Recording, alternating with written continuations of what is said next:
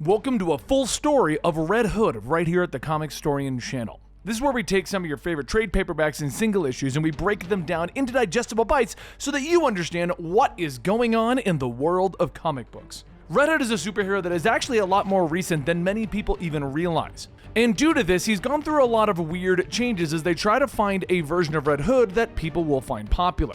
After Under the Red Hood, his original origins, he then did a couple of lost tales, but there wasn't a true real-world superhero version of Red Hood until the New 52. This is going to be the entire run of Red Hood and the Outlaws, which was the superhero version of Red Hood that many people know today and are fans of. This is where it all started. So sit back and enjoy the entire 5-year run of Red Hood and the Outlaws involving Jason, Arsenal, and Starfire, and I'll see you guys at the end of the video.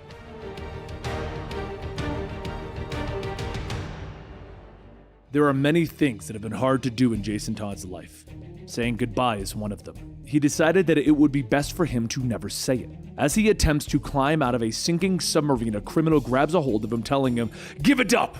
Escape is impossible! We will die here together like men." Jason sighs as he points his gun at the man's face, telling him, "You did it again. You underestimated me."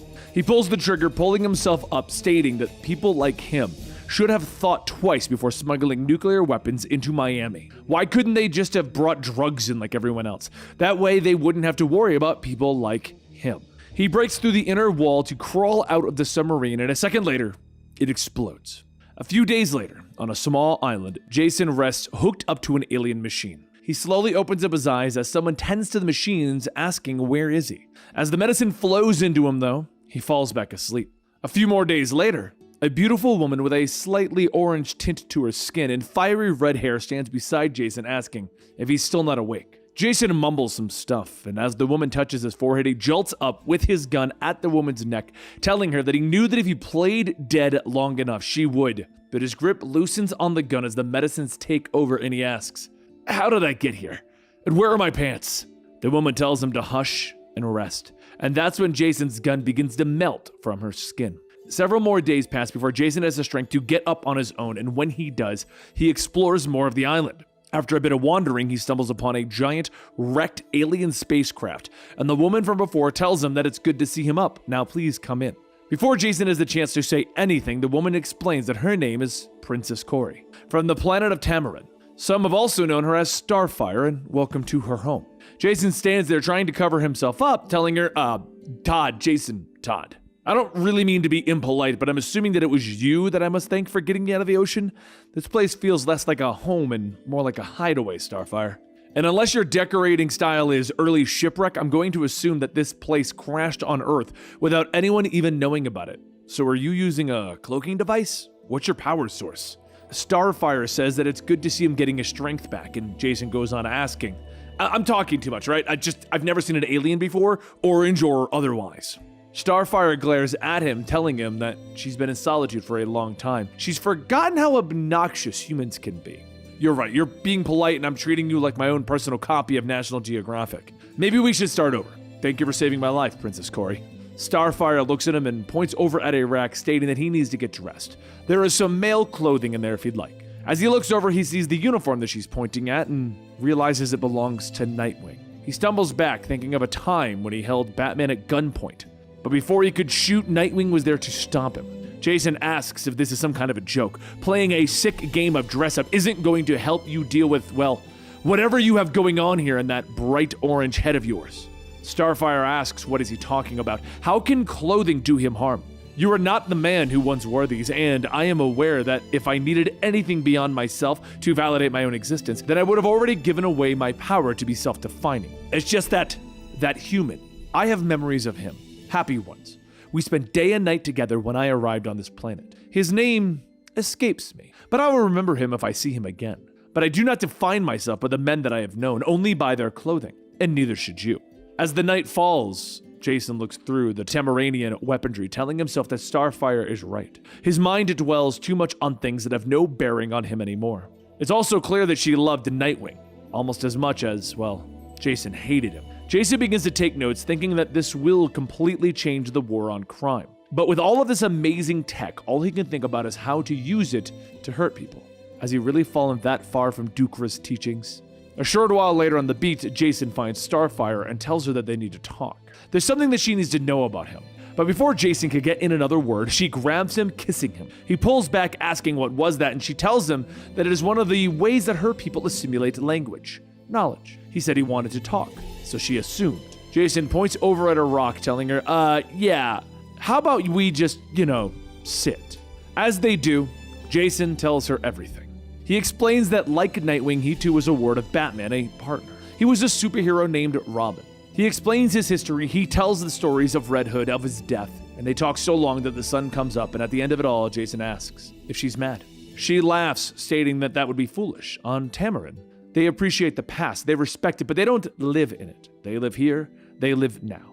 Starfire then begins to create dazzling lights with her powers, telling him that some people think that she is a walking nuclear reactor, a danger to herself and others. This heat that roars through her body is supposed to be there.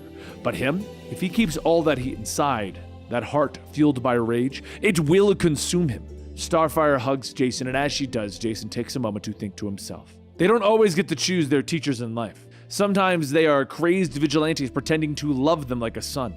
Other times they take the form of a space kitty who is smarter than anyone gives her credit for. Reminds him of himself. So the next day, Jason browses the internet and Starfire asks what he is looking at. Jason shows her a news article with the headline, American put to death in Iraq. Roy Harper to be executed by interim Iraq government, and asks, hey Starfire, are you up for a road trip? The following day, the disgraced Roy Harper walks out of his cell with his ball and chain stating, "Ha ha! Sunlight! That's not something I see every day. What's the occasion?" One of the armed soldiers tells him that if he can believe it, he's got a visitor. He's got 5 minutes to confess his sins. Roy looks over at the portly priest stating, "I would shake your hand, but have I met you?" He says that he is Pastor Bierback of the International Agency of Amnesty, and these conditions are deplorable. Rest assured, I will be filing a complaint with the State Department. As Bierback takes out his Bible, he asks the soldiers if they can give him a moment of privacy. The soldiers scoff as they move away, and Roy tells him that he doesn't want to sound ungrateful, but holy God! Bierback opens up his Bible, and in the cutout pages sits Roy's folded up bow. And Bierback says, "Exactly, son. An open mind and an open book will set you free." Roy asks him, "You do realize that this is incredibly insane, right?" And Bierback yells, "Amen!" Bierback then pulls on his suspenders, making a clicking sound, and suddenly the suit and the face fly off, and Jason comes out, guns blazing! And Roy quickly snatches up his bow. As the two fight their way out of the compound, Roy asks, "What's on the other side? A Batmobile?" And Roy points to the rundown, barely functional Jeep, telling him, "The Bat Jeep! Hop in!" Roy stares for a moment, and Jason asks, "Are you speechless? Well, that just made my whole trip worth it, buddy." Once the two jump in, Jason steps on the gas and they get away from the gunfire just around the ridge. They pull up to 3 tanks, all aimed right at them. Roy says, "Well, I really hope we've got some good backup for your escape." And Jason tells him, "Don't worry, we'll be fine." A few seconds later, Starfire floats down, destroying the tanks. And Roy simply replies, "Oh, is she with you?" And Jason says, "Us. Yeah, but yeah, she's been with me as well." Starfire then asks if there's anything else that she can do, and Jason asks, "Well, if you could fly ahead and take out any bad guys or, tanks or anything." Starfire tells him certainly she'll see him soon, and Jason says, "Can't wait." As Starfire flies ahead, Roy sighs, stating, "She didn't even say hi to me." And Jason tells him, "She just has a lot in her mind. Me." So later back on the Paradise Island, Starfire plays on the beach, and Roy says, "I thought people in Gotham hung out in, abandoned opera houses." Jason laughs. "Yeah, Gotham sucks. Psychopaths that live there deserve each other, even the bad ones." Roy leans in and whispers, "Aren't you worried about what happens when she finds out about you and her ex?" Jason asks, "What? On account that I tried to kill Nightwing?" Unfortunately, it is a non-issue. Turns out that Tamaranians don't see humans as much as sights and smells.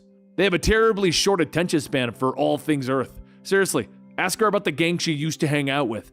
Doesn't remember them. Roy goes back to looking at Starfire and says, "That is interesting." And then a shadowy figure appears asking Jason for a moment of his time. A few moments later, Jason sits at a bar and he says that she is the last person that he ever expected to see again. "What's up, Essence?" The white-haired woman named Essence tells him that there have been several murders recently where organs have been taken from living bodies.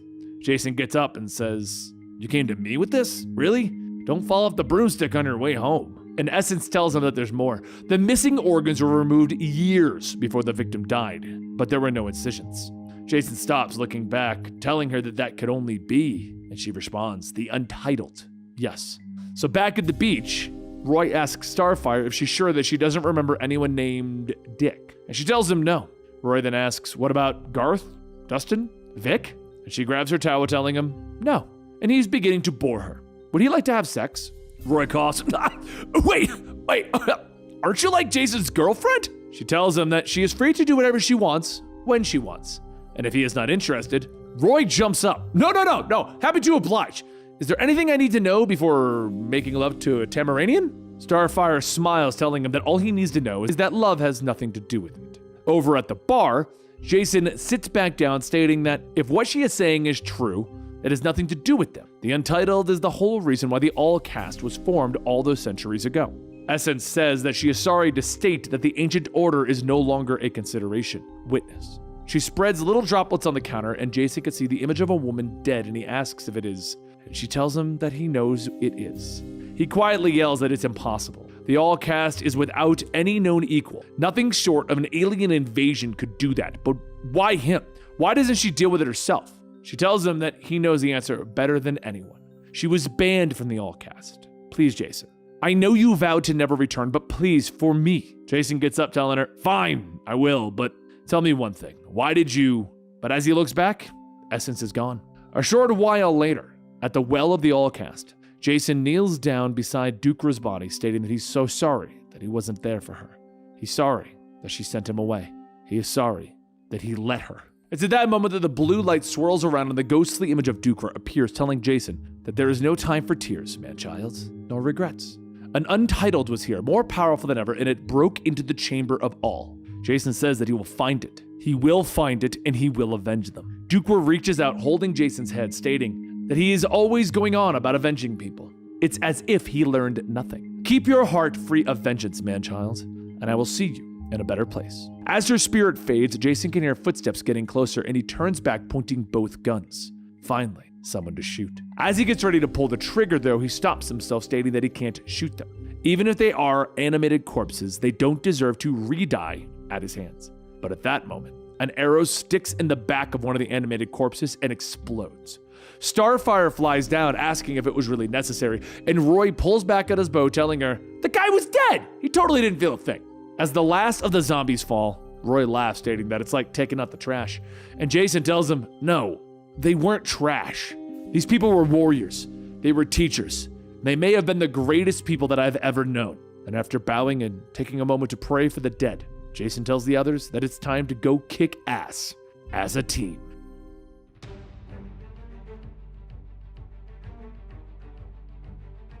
After Red Hood and the Outlaws defeated the zombies, we cut to a different location, at the Chamber of All, where the youthful-looking boy, Saru the Proctor, sits on his throne.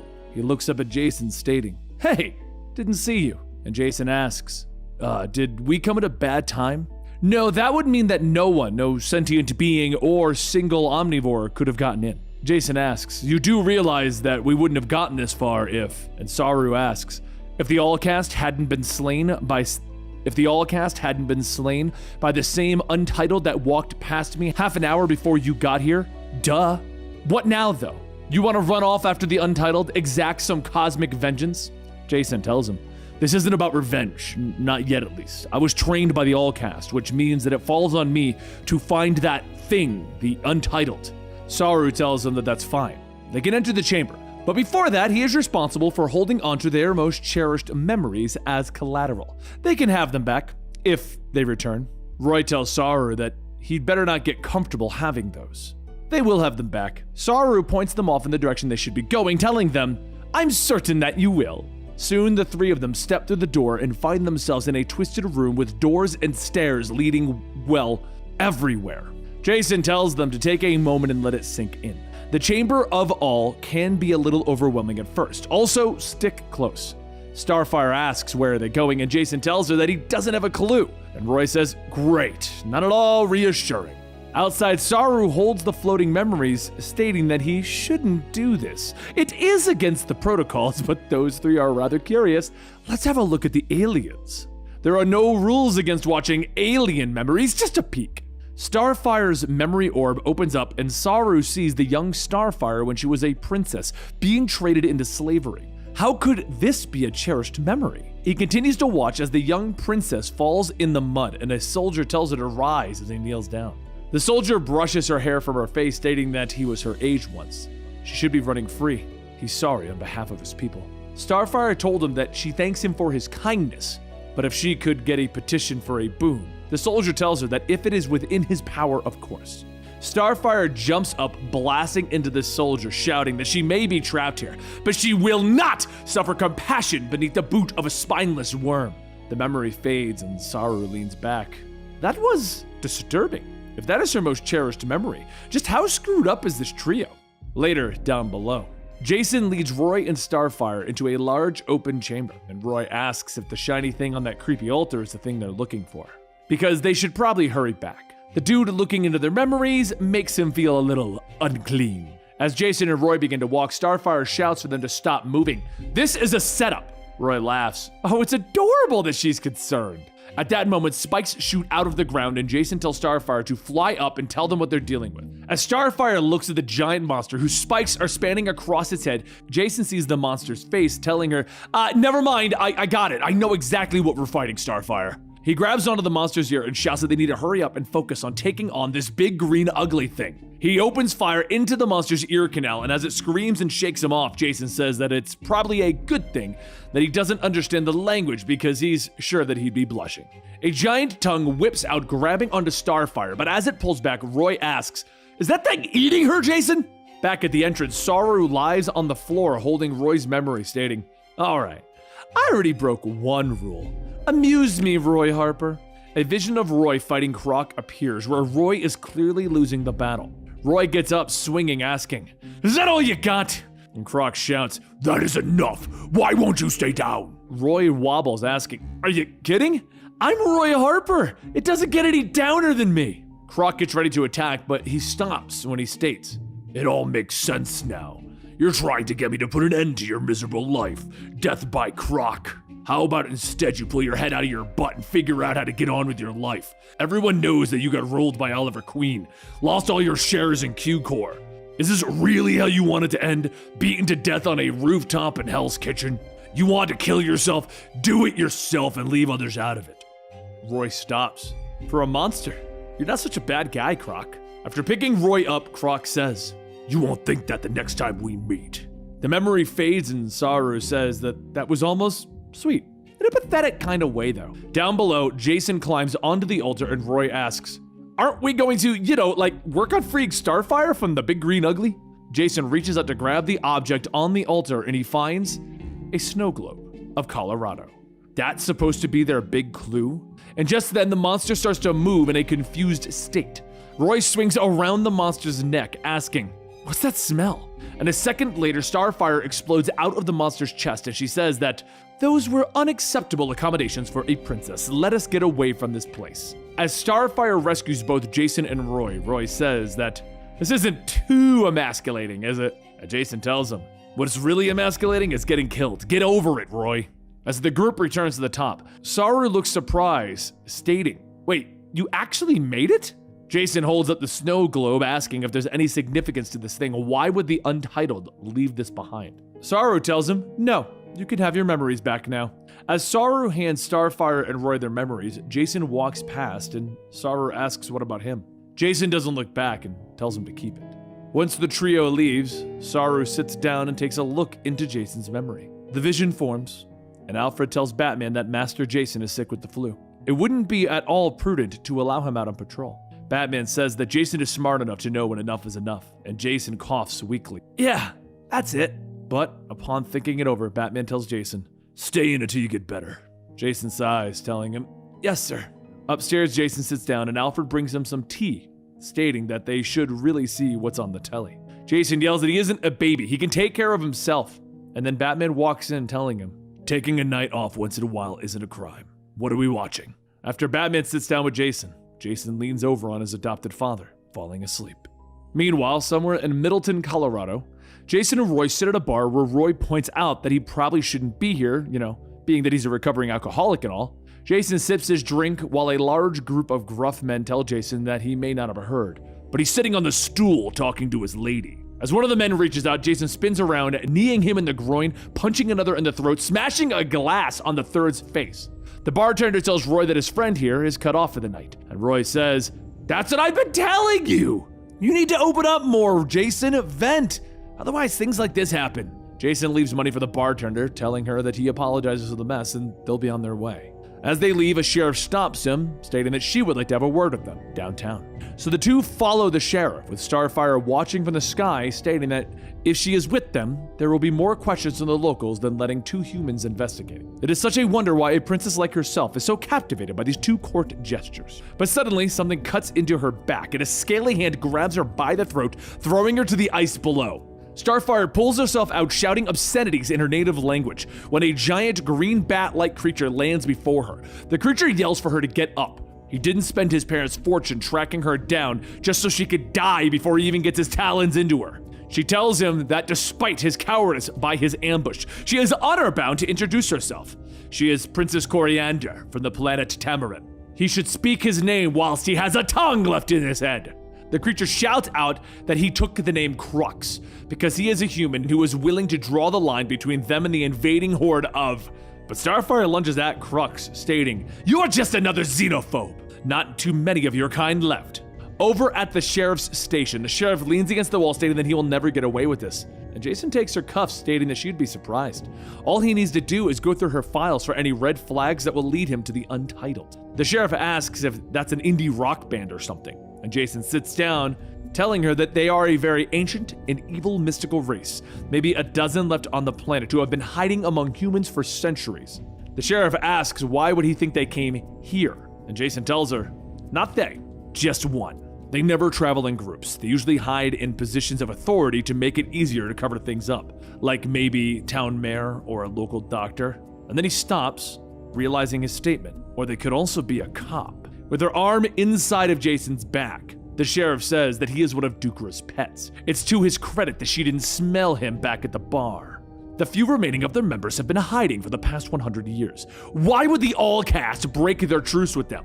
Jason begins stating, "It wasn't the all-cast. You broke it." Just then, the sound of whistling arrows shoot by as several arrows find their way into the back of the sheriff's head. The sheriff turns around, shouting, "Idiot! Steel-tipped arrows are a petty annoyance. Only copper can harm me." Roy laughs, telling her, "Ha! Jason mentioned something like that." Another arrow is fired, but it's much larger than the other ones, with a large copper tip that shreds through the sheriff's head. Back at the lake, Crux slams Starfire into the ground, holding her underwater, asking does she know why he's doing this, why he must purge the earth of aliens. It all started long ago when he and his parents were on their way from their family outing. His parents were scientists at a university, so they didn't get to be home a lot. As they drove, a Tamarani and a war cruiser crash landed on top of them. It seemed like a freak accident, but one of her kind just got out and left, unharmed. My parents, though, they died. I took up their legacy, and with their knowledge, I was able to become what I am now, a tool to dispose of the alien kind from our planet. Starfire grabs Crux by the neck, telling him, "You used your intellect to fashion yourself into a living weapon? Got it. I'm so sorry that your family died. I'm so sorry that you tossed your life away on something as pointless as revenge. But I will not suffer by the crimes of others." As Starfire throws Crux into the lake, he begins to swim away, and Starfire asks, "Really? Retreating already?" While she begins to give chase back at the station, the sheriff says that they are toying with dangerous forces here. "I have lived among the humans in this town for nearly 2 decades without incident." And Jason yells, "I only tracked you down because you're the one who lashed out at the all-cast." With the sheriff's head stitching itself back together, Roy asks, "What do we do now?" And Jason says, "We should just leave." Back with Starfire, she chases down Crux, asking why would Crux attempt to fight her with physical strength? He knows that he can't possibly win, augmented or otherwise. But then she sees it, and it's too late. A Tamaranian transubstantiator. Crux is using her own racist technology against her. She has to get away before, but at that moment, she is hit with a bolt of lightning falling to the ground in a fiery blaze. Nearby, Jason and Roy see the flash of light, with Roy yelling that that's Starfire's energy signal. One of the Untitled must have gotten to her. Jason says, "I would love to help, but I can't leave right now." Roy gets up, telling him, "Then I'll go check it out." See you in hell? And Jason tells him, unless there's any other place hotter.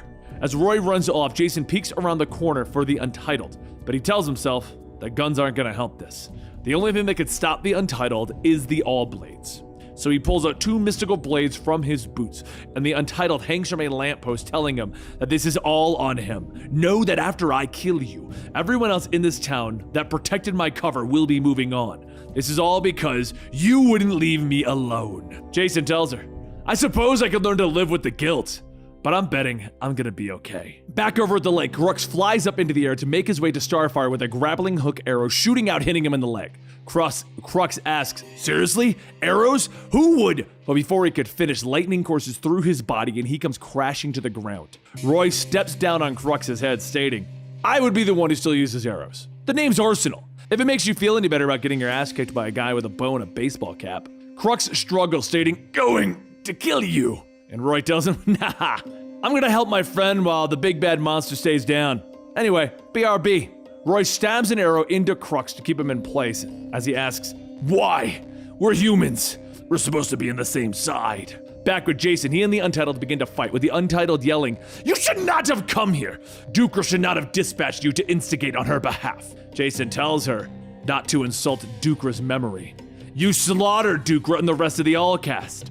As Jason cuts into her, the Untitled says, I did no such thing. The Allcast was the only institution in place that kept my siblings from an all-out war. Jason asks if it's possible that they have been, and the Untitled stops. Tricked? It would seem so. You're just a tool here, a particularly blunt one at that. Jason then asks why him though, and the Untitled asks, did Dukra not tell you everything about the Untitled? Maybe she didn't trust you as much as you think she does. Back over at the lake, Roy hurries over to find Starfire curled up in the snow. When he gets there, he slams a thermal arrow down to give some heat, and Starfire tells him thank you. He brushes it off, telling her, shh, you'll ruin my reputation. I'm supposed to be the idiot, so don't worry. We all found each other and we're gonna be fine. Starfire smiles, and as she looks up, her eyes widen, and Roy asks, he's right behind us, isn't he? Crux pulls Roy off the ground, yelling, I can't believe a human would side with her.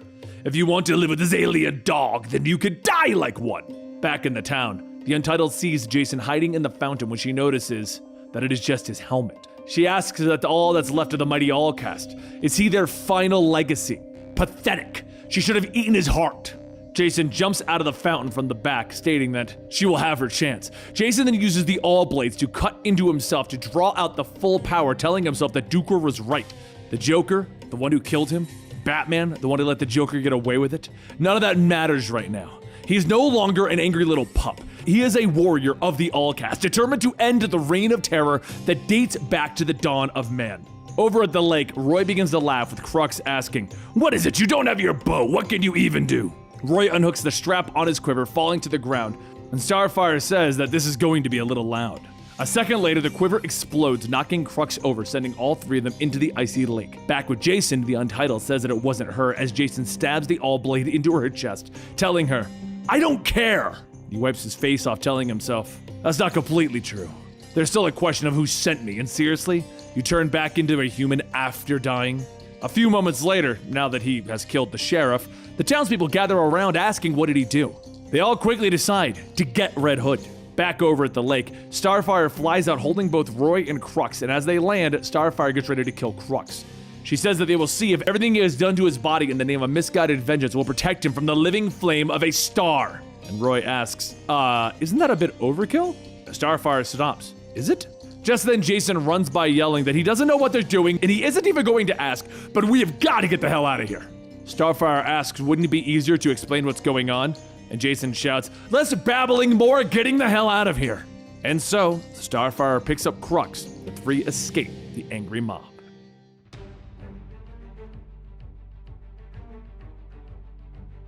Not long ago in Hong Kong, Jason Todd stands atop the coffin of the crime lord asking if he's got everyone's attention. The room full of mobsters silently stare as Jason takes out the All Blade from the corpse, telling them, good, I'll keep it simple. All of you represent the 7 crime families of Hong Kong. I don't care how much money you have or honestly how you make it, but starting today, I get 10%. Questions?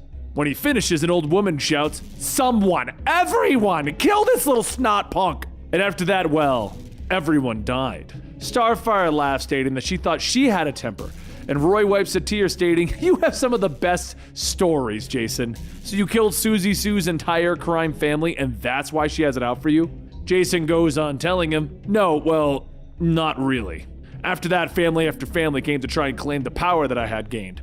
They all met the same fate as the first groups, and that's when Miss Sue came into town. On my way out of town, I killed everyone in her gang except for Susie and her father. Was it my way of trying to make amends with Hong Kong for all the trouble I caused? Maybe. But of course, I should have offed the two of them as well. I was just hoping that they'd see the light, but nope. After killing everyone on their gang, they just wanted to get revenge on me, which is why we're in Gotham. After my run-in with Susie and shooting her, Susie's father shipped her to one of the best hospitals for gunshot wounds. Now she's alive and has taken the entire children's ward of Gotham Hospital hostage. She said that I have 2 hours to turn myself into her or she's going to kill every kid there. That was 1 hour and 46 minutes ago, guys." Starfire says that the ship scanned the building and there are roughly 24 heavily armed men inside, all with their weapons trained on the innocent children. Jason tells her not to worry. "We didn't come here for nothing." A few moments later, inside of the hospital, the elevator door dings for the floor where the children are, and Roy walks out asking if this is the cosmetic surgery ward. "I can't tell in this light, and I really hate my nose." One of the guards points their gun at him, asking, "Did you really think that you'd take us on by yourself?" Roy snickers as he looks towards the window, and everyone else looks, and they see Starfire floating there. One of the men shouts, "The boss lady didn't say nothing about no aliens!" Starfire holds out her hand, and with a fiery burst of energy, the window shatters and the men turn into ash. She steps in asking, "Was that too much?" And Roy tells her, "No way! Those guys are here to kill a hospital full of children. They got what they deserve." While Roy and Starfire begin evacuating, Jason makes his way to the floor where Susie is staying, and he notices as the elevator doors open that there's nobody there. He waits for a moment to see if there's any movement, but then he hears screaming from up above. He sighs. Really? And then Susie comes crashing down through the elevator roof, snapping the support cable.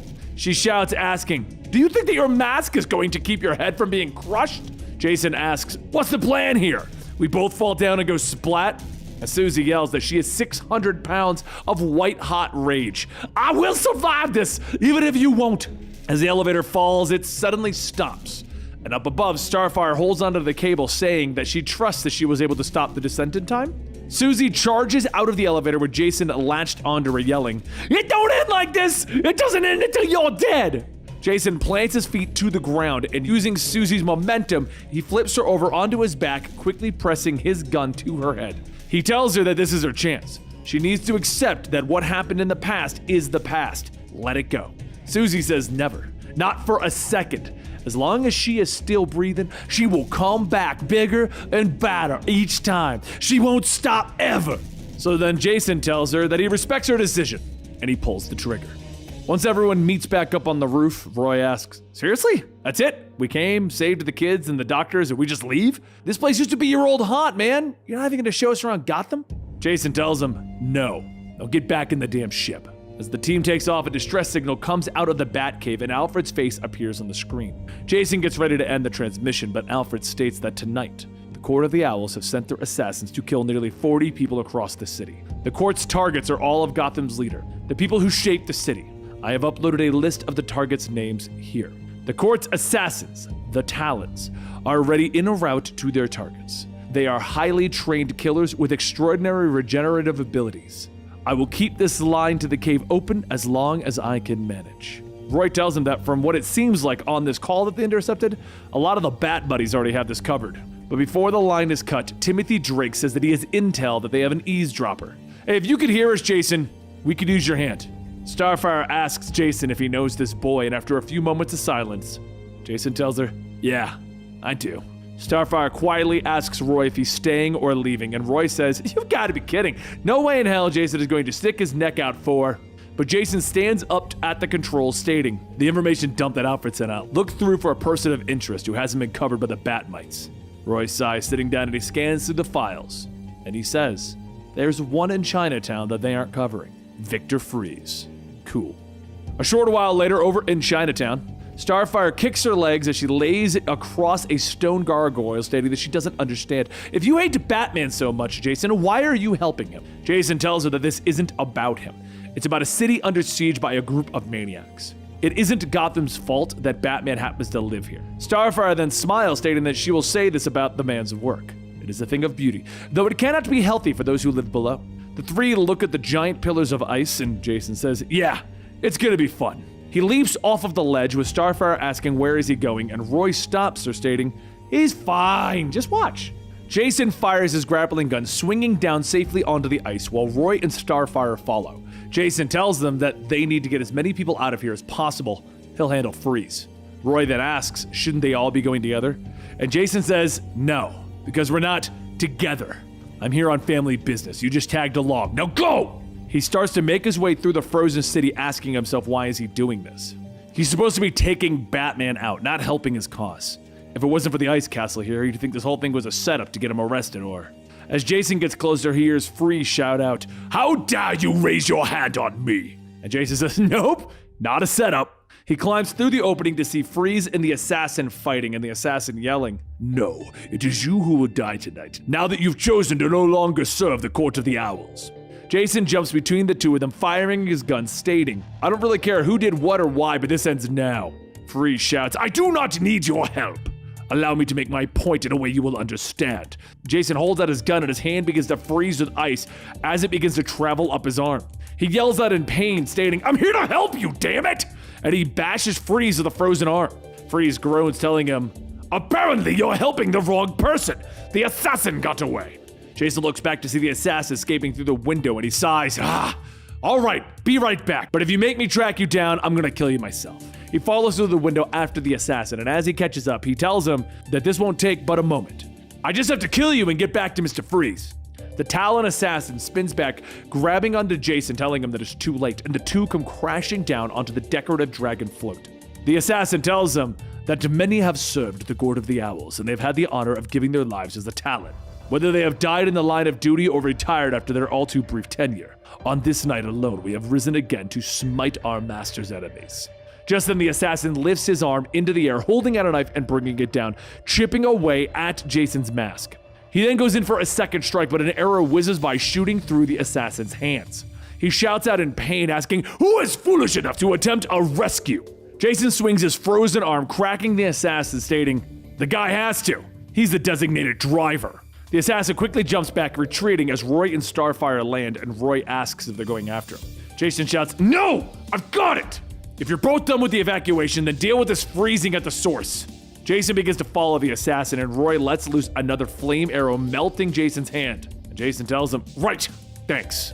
Jason quickly catches back up to the assassin, and as he looks around, he notices certain things that he is passing, like the billboard for Haley's Circus.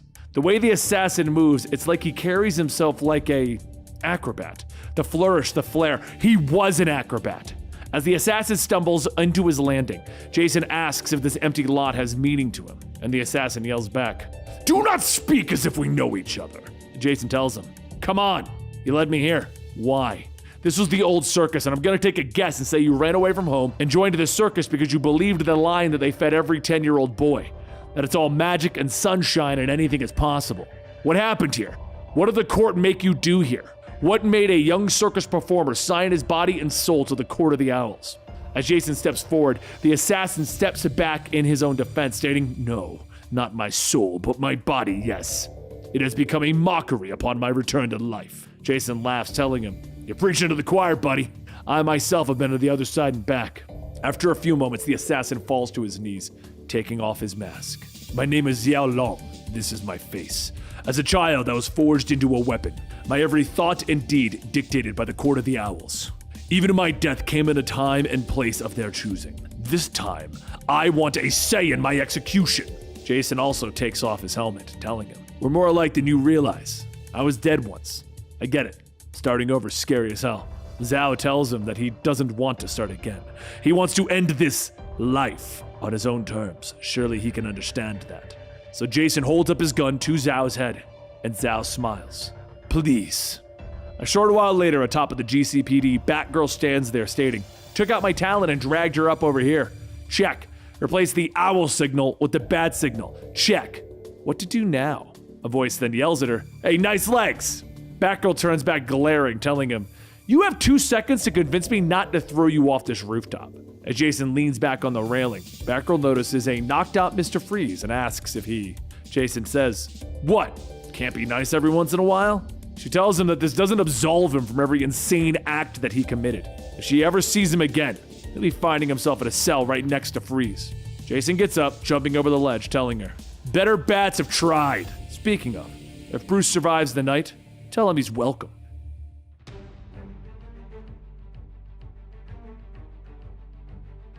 The following day, in the early hours of the morning in Miami, Jason meets with a flight attendant that he met while traveling named Isabel to try and take his mind off things. Since he's staying at the hotel and she is here because of a layover, Jason figured that he would meet up with her for some drinks and conversation. She talked, he lied, just like every other date that he's been on. And as he walks towards the hotel, he yawns, stating that he should probably call her a cab. He doesn't want her missing her flight and all. Isabel leans in, asking, "She doesn't?" Before Jason can get another word out, she throws herself on him, kissing him on the lips. He begins to lean into himself, and then something catches his eye. In one fluid motion, Jason masks up and tells Isabel to stay put. He opens fire on the alien. The alien looks at his chest, asking, "Were those projectiles supposed to hurt?" And Jason says, "Ideally, yeah."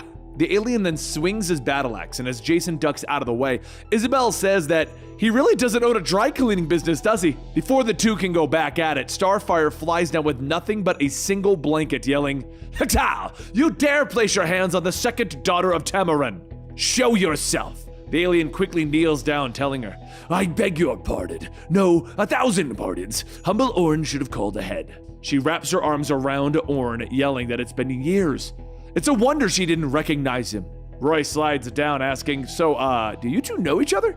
And Jason tells him, "Apparently." Starfire asks Orn to what does she owe this planetfall, and Orn tells her that there is a black shadow that has fallen upon Tamarind. None but her might lift it. Roy laughs, "Ha ha! Oh please, peddle your tale of woe somewhere else. She's not going anywhere." And after a brief pause, Starfire says, "Very well, let's go." And then Roy, completely ignoring what she said at first, responds with, "Yeah, take it." Wait, what? Orn lifts his arm and speaks to his wrist communicator, stating that he'd like to commence teleport. Starfire tells everyone not to be distressed. She will return. And Roy says, "Nah, no way. You're not going anywhere with an alien that looks like Moby Dick." As the teleportation commences, everyone is pulled into the force field, and Starfire says, "As you wish, Roy."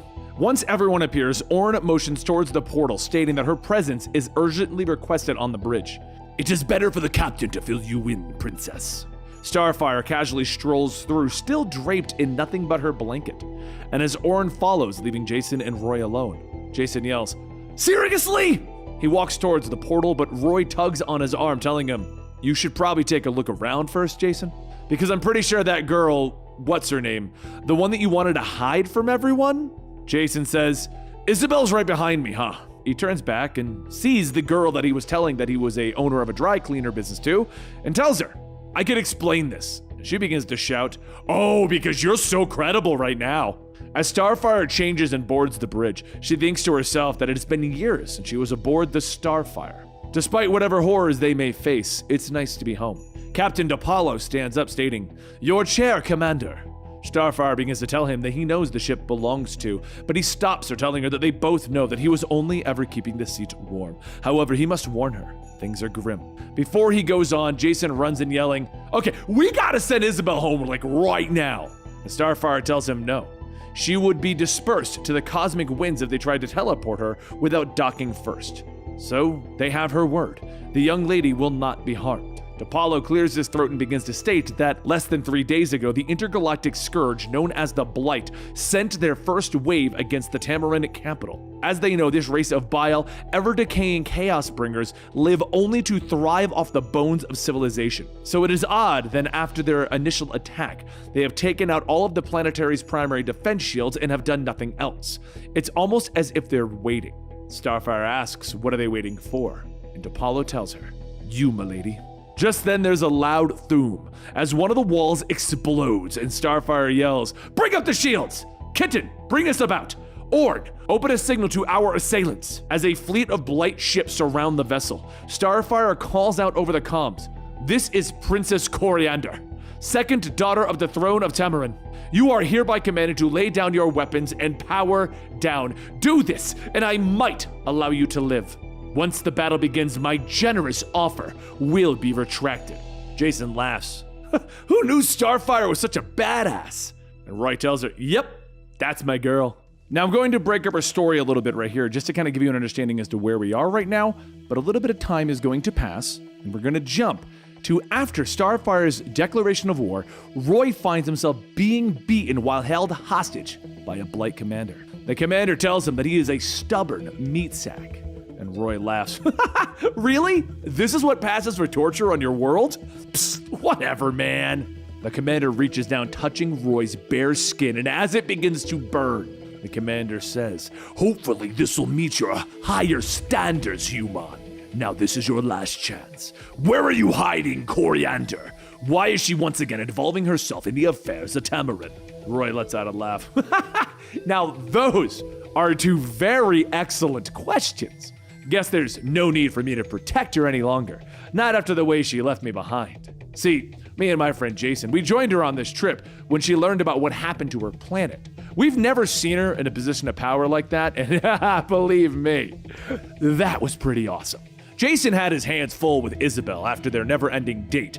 I mean, she just conveniently was around when he teleported her up. But hey, whatever, that's how we get a fourth member of our crew. And the battle between the SS Starfire, not to be confused with Starfire herself, but her ship, well, we don't need to go over how that went. It's not like she didn't give them a chance to surrender. T'Pollo helped maintain control of the ship, while the navigator, Kitten, did her thing. After a short while, after the battle, everyone cheered, except for Starfire. You see, she was sad. Call it human intuition, that I could tell. She told everyone that they'll hold back their victory chance, that their war was not over yet. And once they make it into orbit and free their people, including liberating her sister, they'll learn why Blight attacked in the first place. Now at this point, everyone knew that they had to do something. Starfire conferred with her human friends, which made the alien ones a little upset. Starfire asked them for their advice. She told them that she actually had no interest in fighting for her homeworld. And while the humans and Starfire huddled around the sickbay, Starfire explained why she had such a disdain for her homeworld. She told us her origins. She told us where it all began, which actually put perspective on quite a few things for us. Her sister, Commander, had given her up in order to protect their people. She was traded for the freedom of the homeworld. And that's enough to make anyone's blood boil, right? But it wasn't the torture from the aliens that made her the way she is, that cold-hearted alien that burns everything. It was because she was there, because her sister allowed it to happen. Are you following my story here? She endured all that the aliens threw at her so that she could get closer to the one running the show. And that's when she took a handful of other prisoners and broke out. When she returned to Tamarind, Starfire wanted to kill her sister. Everyone called them heroes for freeing them, but Starfire knew that she couldn't stay in their planet any longer. So it's no wonder why she doesn't want to help, right? Over 1 billion people on that planet, and not one of them, not one, did anything to save her. The Blight commander steps back. By the grime, what in the name of Postulus are you even talking about? I asked you what became of Coriander. I don't give a flying frack about you and your friends or something called an Isabel. Roy stops him. Hey, who's the one telling the story here? Just then a voice calls out from the shadows that he is just stalling. He believes she's going to find him. The person then leaps down, telling him she won't. She can't. Not in her nature. She has only ever been interested in herself. It's been that way since we were children. Now tell me, Harper, are you prepared to sacrifice your life for hers? Roy sees the person walk forward. Well, hello, kitty. And Commander grabs him by the throat, yelling, enough! I tire of your games, human. I want to talk to my sister, now! Roy begins laughing, telling her, that's gonna happen a lot sooner than later, but she probably won't be enjoying the experience as much as I am.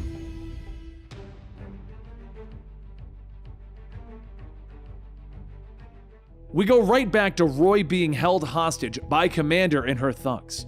So, Starfire was still feeling a little wound up from the battle and still undecided whether she should go help the planet or not. Well, before we even really had time to talk about it, T'Pollo said that he needed to talk to Starfire regarding some personal matters, so I decided to go help Kitten with repairs to the ship. The shields were badly damaged, so I gave them some Roy Harper insight, and Kitten really wasn't having any of it until she suddenly agreed.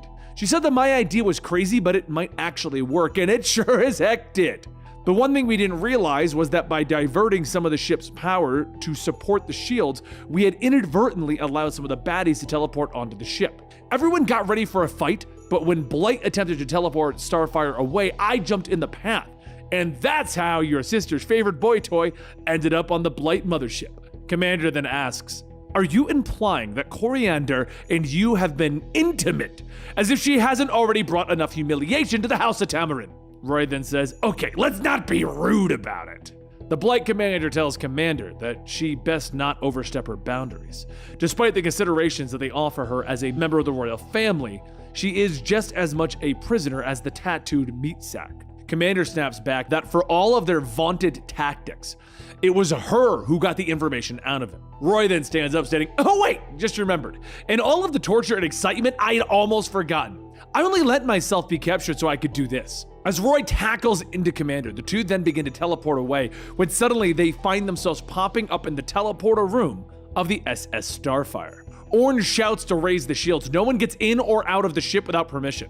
Next, fly the ship into the maw of the Blight mothership. They won't attack the Starfire without damaging their own ship. Commander stands up asking, "You did all of this to save me?" Starfire tells everyone, "I would like a moment alone with my sister." Jason then asks if that's really a good idea, and Orin says that he has to agree with the human, and Roy tells them that it'll be fine. Let the two sisters talk it out. They won't kill each other, maybe. As everyone leaves, Starfire and Commander look at each other, and Commander begins to cry as she hugs her sister. She says that she is so sorry. She had to pretend to work with the Blight. It was the only way to stay alive while waiting for her.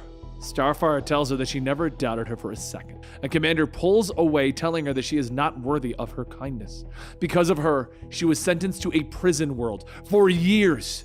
Starfire grabs onto Commander, telling her that she was a child entrusted with the throne, with the responsibility of their people. She did not have any other choice. Commander wipes her face, telling her that her forgiveness means more than she'll ever know. And Starfire tells her to come. If they're going to save their people, she'll need her warrior sister by her side. Outside of the teleportation room, Jason tells Roy that it was quite the sacrifice that he made, going undercover like that to get close to Commander. And Roy laughs, "All the crap I've done to myself is much worse than the Blight will ever do." Honestly, the hardest part was when they injected that transponder into my arm in sickbay. But since that was the only way to track me aboard the mothership, it's not like I had a choice. And Jason tells him, "Yeah, piece of cake. You know you don't have to shrug off everything, right? It's okay to actually feel something once in a while, Roy." And Roy says, "Are we really going to do this here, now, Jason, on a spaceship on the other side of the universe? After you've woken up with your best friend beaten to a bloody green pulp lying in a pool of their own vomit? After you've seen the damage left in the wake of all of your choices? You kinda don't let anything else bother you again, Jason." Moments later, Starfire strolls by asking, "Are the ladies finished? And if they're done with their knitting circle, shall we set off?" Jason sees Starfire and Commander geared to the teeth with guns and bullets, and he asks, "For serious, right now?"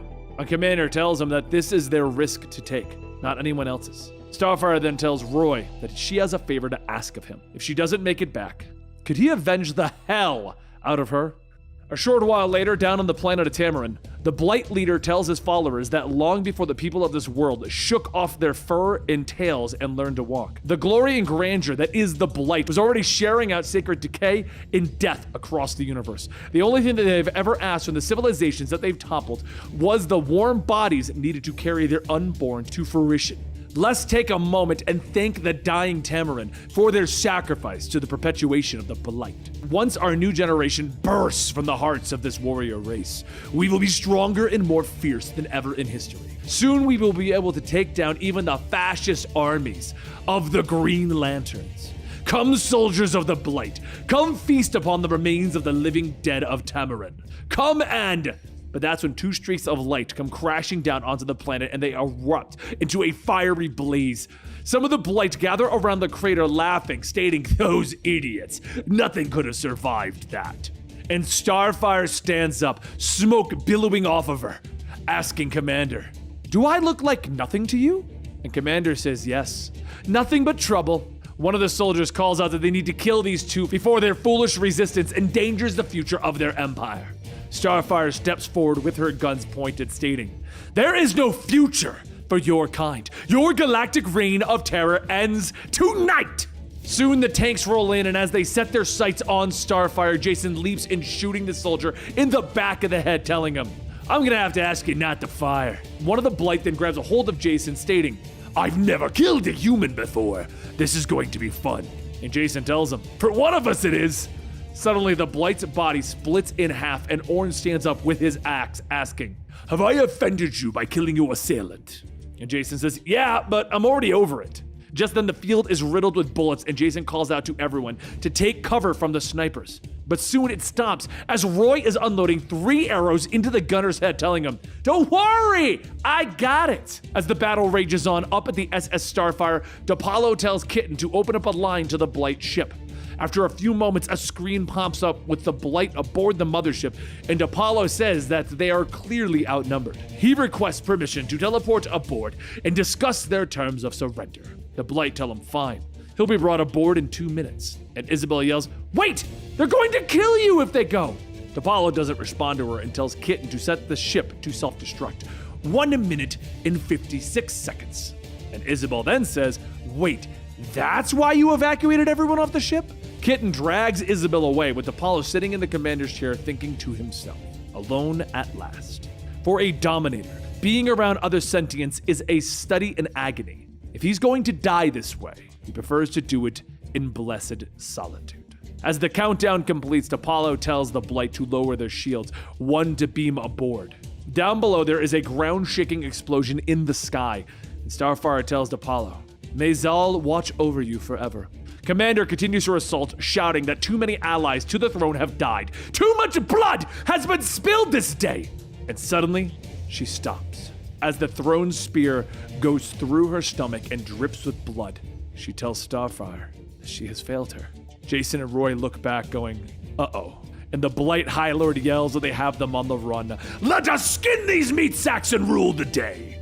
Starfire begins to focus her energy, stating that upon the graves of her parents, "I swear, that is enough!" And she begins to lose control of her powers, ripping apart the ground in a massive explosion. And through that smoldering ash, Starfire makes her way through, grabbing the High Lord, telling him that he was mistaken when he believed that he offered people some perverted gift of death. She is here to tell him that pain and suffering is easy. That's why there is so much of it in the universe. He wants to experience something unique. Try life, hope, love. Starfire pulls the High Lord close and kisses him, and seconds later he begins to burn from the inside out. A week later, Starfire stares at the throne, thinking to herself that she has spent so many years imagining her return, taking vengeance on the people who had turned their backs to her when she needed them the most. And now that she is finally here, the only way that she can ever be truly free is to forgive the world that betrayed her. She realized the very last thing she wanted was to rule anybody. And that's when Commander steps out, stating that she will be the one sitting on the throne. It's what their parents always wanted. Starfire tells her that she should be resting. They can talk about things while she sits.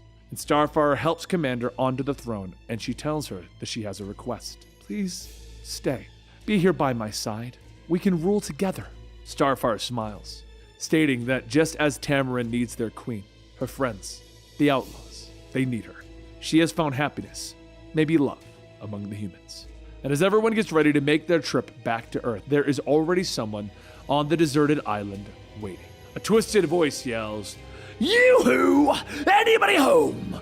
Where is it? Where is it? Come out, wherever you are!" And as the trunk opens up, the person reaches inside, stating, "Ah, there you are! And here we go." The Joker pulls out Jason's mask, and he begins to laugh louder and louder and louder.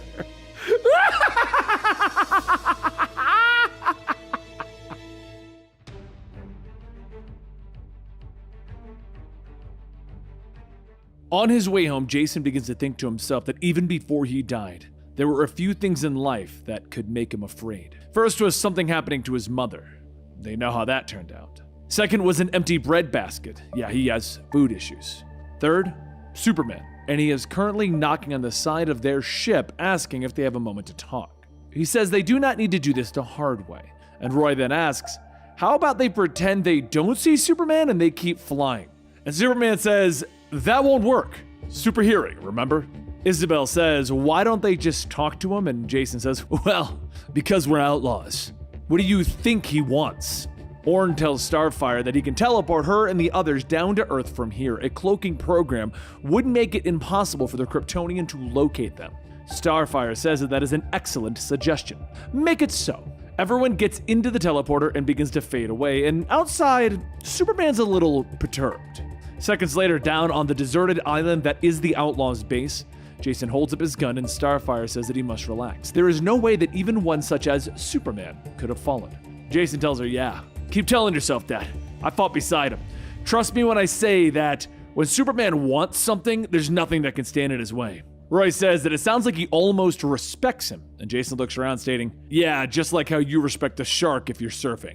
And on cue, Superman floats down and Isabel asks, is it really a good idea to be pointing a gun at Superman? Jason says, look, I don't tell you how to serve the peanuts. Superman tells Starfire that his name is, but Starfire stops him stating, I might not have lived on Earth as long as you, but I know who you are. There is a reason I never took the opportunity to introduce myself. Krypton was never liked by the people of Tamarind, even when it was alive. Just then an arrow bounces off of Superman's chest and he asks, really? Are we really going to do this? And within a second, he uses his heat vision to knock everyone on the ground, excluding Isabel. As the red begins to fade, Superman says that he isn't here to hurt anyone. And Starfire lunges in stating, that's not going to be the problem that you think it is. Superman holds out his hand telling her, you misunderstand. I said I didn't want to hurt anyone, not that I wouldn't. And with a quick punch, Starfire is knocked down to the ground. Just then another arrow hits Superman and he asks, this again? Can't you just fire them all at once so that we can move on? But before he could go on, a substance jets out covering Superman's face. And Jason asks, what's that one do? Roy explains that the arrow contains a chemical that when exposed to air, the gas turns into silicon. So his lungs should be filling up with gunk as they speak. Superman pulls what he can from his face, stating, that was quite impressive, but it won't work on someone who can raise their body temperature to the point where silicone burns. Everyone gets ready to brawl once again, but that's when a voice says, enough is enough! I'm a little disappointed. Superman, you're supposed to be the most powerful person on the planet and you can't figure out how to text? And the three of you just overthrew an empire and freed a planet and you can't take 5 minutes to have a conversation with Superman? Everyone stops and Jason says, yeah, that's fair. Superman goes on, telling them, okay, well, I was recently approached by an intergalactic warlord named Hellspawn who's looking to enlist extraterrestrials into his cause. As another alien on Earth, I was wondering if Starfire had been approached. Roy tells him, no way, that never happened. And Starfire stops him. Well, actually, the encounter was so brief and so bizarre I hadn't given it much thought since. I was blissfully alone for an afternoon when a blue-flamed alien appeared. He was speaking on behalf of this Hellspawn. Superman says that he heard through the grapevine that the off-worlders were given the same hard sell, and that they also turned down his people. If it's not too much trouble, he would like to ask Starfire to contact him if she is to hear from these people again. Roy tells him to just suck it up and ask, and Starfire says, it is very clear. Superman needs our help. Superman tells them, look, the truth of the matter is that it is taking every bit of self-control to not drag the three of you back to the States and see you charged and convicted for the multitude of crimes that you have racked up. I can only imagine the things that you've done since you've all banded together, but I understand that they're your methods, not mine. Batman vouched for you, Jason. Superman then scans the table that Jason is sitting on and says, if you're going to be holding a trillion Starblader, you might want to take the safety off first. Roy then asks, when you go back to the Justice League, can you tell Green Arrow something like, hey? Superman tells him, I don't normally hang out with, you know what, sure, hey, got it.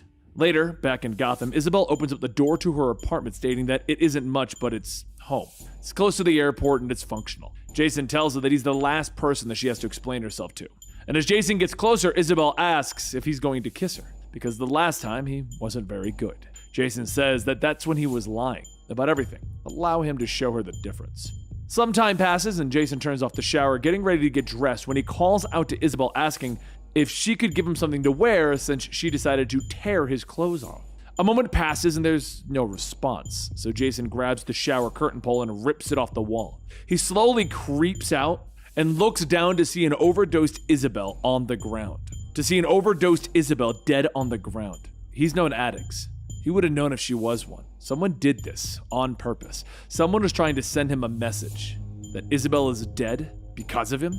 As Jason rushes to her side, the man on the TV says that this is Jack Napier with the weather. Whether I'm right or wrong, tomorrow's going to be a scorcher, folks. It's going to be dark all night, followed by a scattered sunshine in the morning. Come on, kid. This is some of my best material. Relax. Your lady friend is going to be fine. I've already called the EMTs. Oh, in Gotham's finest. Jason looks back at the TV asking, is that you? Why? And Jack responds, why? Why not ask? Why not? Just then the police break in shouting, freeze! And Joker rips off the face mask, asking, freeze? During a heat wave? Whoa! These people serve, protect, and entertain! Jason tells the Joker that if Isabel dies, he swears to God on what's left of that pasty face that he will kill him himself. It only took seconds for the Gotham PD to storm the room as Jason held Isabel, and Jason tells them that they need to get this girl to the hospital. He's going after the man responsible for it, and if they don't stand down in the next 3 seconds, he's gonna take them all down. Harvey Bullock asks, and how are you going to do that? You're nothing but a towel. After those 3 seconds are up, Jason grabs the shower curtain pole and goes to town. He went easy on them. Mostly, they were just doing their job. And as all of the officers begin to fall, Bullock grabs his gun, but before he can even point it, Jason is already at his throat with the shower pole. After that, Bullock called in the ambulance to take Isabel away. That's when things took a turn for the worse. Jason had taken Bullock's keys, but there was already somebody waiting for him in the back seat. And what followed was a cloud of gas. Time passes, and suddenly Jason wakes up to the sound of someone laughing. He blinks his eyes and quickly realizes that he can't move a finger. But why? What did the Joker do to him?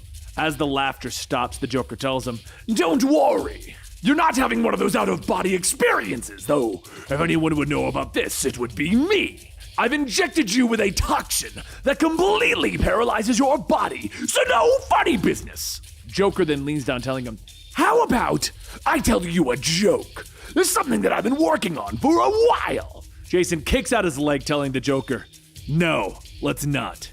There's one thing that the Joker didn't realize after he had come back to life, that he was trained by Dukra and the All-Cast.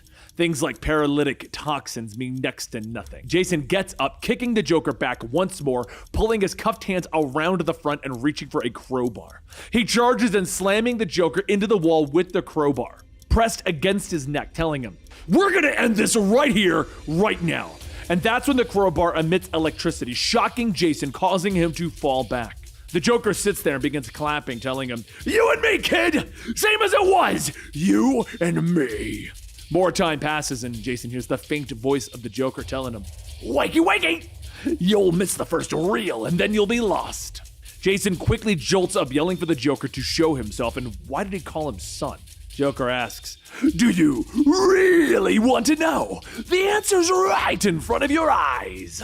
Jason looks down and says that he sees a spent bullet, and as he picks it up, he says that this has no significance at all. Joker asks, are you sure? It couldn't be the bullet that I pulled out of dear old Pops, could it? Jason jumps to his feet and begins to run, shouting that he will find him, and that's when he suddenly stops. It's a woman and a child, and Joker says, it's time for some traumatic childhood syndrome, loss of a parent. You were too young back then, too helpless to help. Jason kicks the mannequin, knocking off the mannequin's head that would be his mother, and Joker asks, do you have mommy issues? Usually it's the other parent. Jason begins running again, and that's when he trips over a small medical box. He then asks, do you remember that one, the night that you stole it from the good old doctor? Jason sits back up, asking, what are you trying to say? That you were there from the beginning, in the shadows, every step of the way? At first there's silence, and then the Joker tells him, something like that. Jason snaps, no, I'm not buying it. My life might be a steaming pile, but it's my life, not some punchline to a stale act. The Joker begins to laugh. Actually, you kind of are. And why would we lie to to each other. We're practically family. The Joker pulls a lever and the floor beneath Jason falls and he begins to tumble to the floor below. But what Jason doesn't see right away is that there's someone else in the pit with him.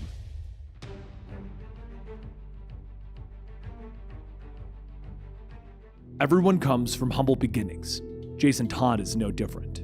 The day he was born, his mother was screaming for him to get out while his father, well, he was busy trying to hit on the receptionist at the front desk. Then there was the time he died, but we'll get back to that later. First, we're gonna go back to how Jason Todd's parents met. His mother, Catherine, used to go off campus to get lunch each day, and one of those days, she met a loser. She met Willis Todd. The two locked eyes, and they couldn't keep their hands off of each other. Now, Willis had a hard life growing up, so in his defense, he didn't really have a chance. He would brag about how he was drinking and got into a car accident and escaped before the cops could get him.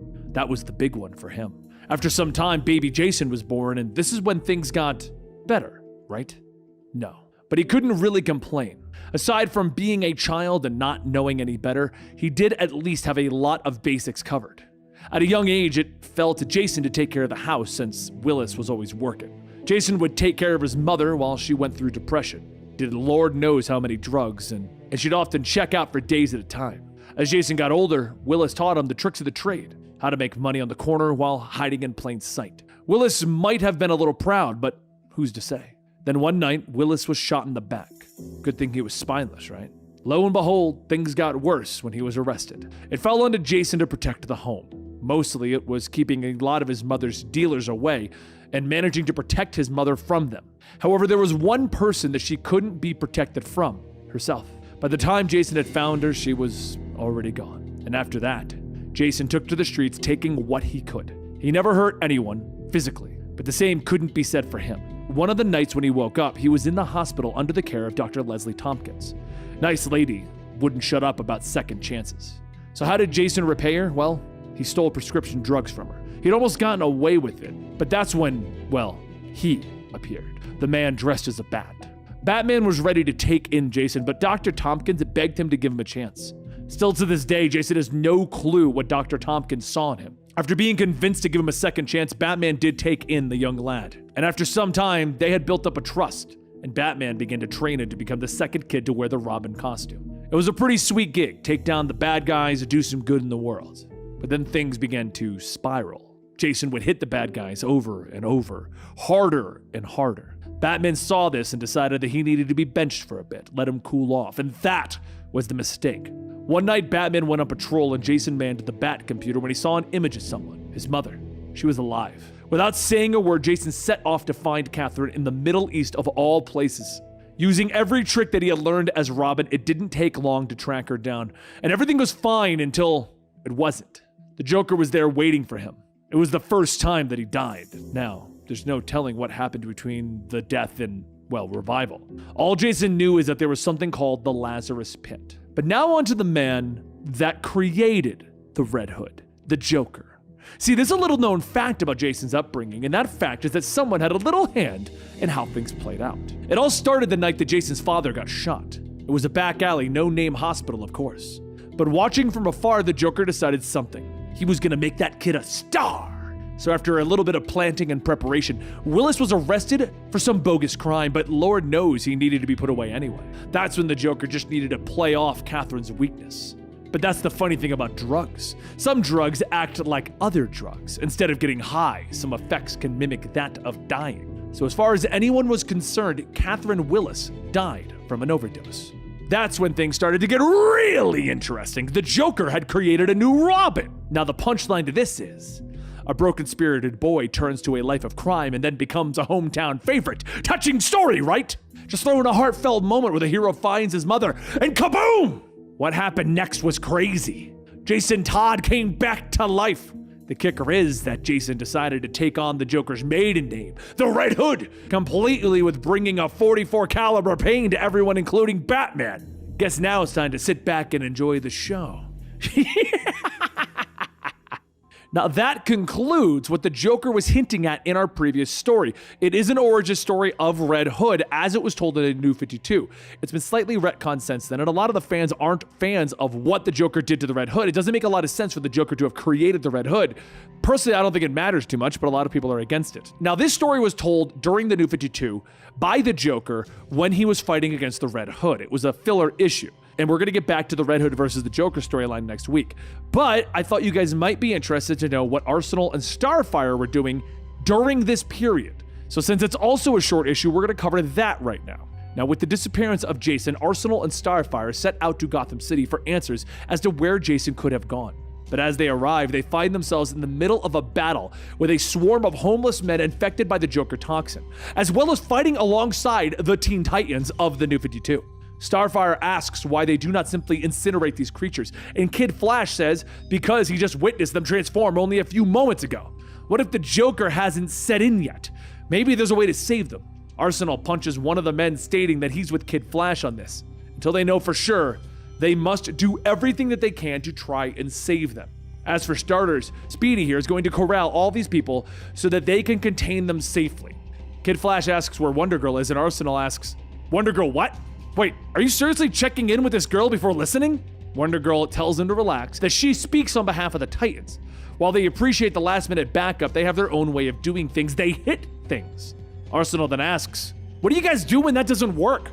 And Wonder Girl pushes everyone into a building, stating, we hit them harder. As she closes the doors, Kid Flash runs back out, boarding up the door with planks and nails, stating, there, that should keep them out. Arsenal asks if she knows how strong drugged up people can get. And just then the infected begin to beat on the door, with Arsenal stating, look, we don't have to like each other, but if we want to get Red Hood and Red Robin back, then we gotta work together. Wonder Girl says, all right, what's the plan? And Arsenal smiles, stating, I don't have one! And Starfire slaps her head, quietly muttering, Mother of Zal. Just then, a ping can be heard, and Arsenal tells them that his alarm just went off on his analysis arrow. Now he has a plan. During the fight, he drew some blood and sent the information over to the super secret floating headquarters nearby. The lab on board broke down the toxin and found the elements used to create it. Working backwards, they've created a counter-synthetic to nullify those found in the toxin, and they can save all the people that are infected. The computer also identified a warehouse in the docks where they can find all the synthetics. So everyone else will go get the stuff while me and Bunker will stay here and hold back the infected. Bunker laughs, stating, see? It's all gonna work out. Wait, did he say Bunker? Arsenal yells, we don't have time, go! The faster we are, the more people we can save. As Starfire and Wonder Girl and the others leave, the door breaks down and the infected begin to pour in. A short while later, over on the docks, Wonder Girl opens up a storage unit asking if this is what they're looking for. And one of the boxes says, Cure, do not touch. Wait, what's that ticking sound? Kid Flash quickly grabs everyone, running back as an explosion goes off, and Wonder Girl yells, damn it, we were so close. Those crates were our only shot at a cure. And as they get back up, Kid Flash motions to the stack of boxes asking, were those the ones that we wanted? Thank you, I may have saved them. Back with Arsenal, him and Bunker are fighting against the infected with non-lethal methods until Arsenal finally runs out of arrows. Arsenal turns to Bunker, telling him, can't you do something else with your powers, like not just make giant fists? And Bunker yells, of course I can! I just hit people! Oh wait, I get it now. Soon, Bunker steps back, creating psionic bricks and begins to contain the infected within them. Arsenal pats him on the shoulder, telling him, haha, knew you could do it. Good job. And a few moments pass with the others returning with the crates, and Arsenal telling everyone that they have to be fast. The crazy clown has all these syringes pre-dosed, most likely to hold the city hostage at some point. Kid Flash? Kid Flash steps back, telling him, I'm not so sure. Needles really aren't my thing. Wonder Girl grabs him, asking, are you kidding right now? You will so not pass out. Not until everyone is cured. Then you can pass out. Kid Flash sighs as he begins to get to work injecting the infected. And Arsenal tells Wonder Girl that he likes her style. She folds her arms, telling him that he can't imagine how little that means to her, but thank you. Shortly after, the people inside the containment area begin to revert back, and Arsenal thinks to himself that everything turned out okay. Maybe he could try to help these kids out sometime. Make sure they don't turn out like him down the road.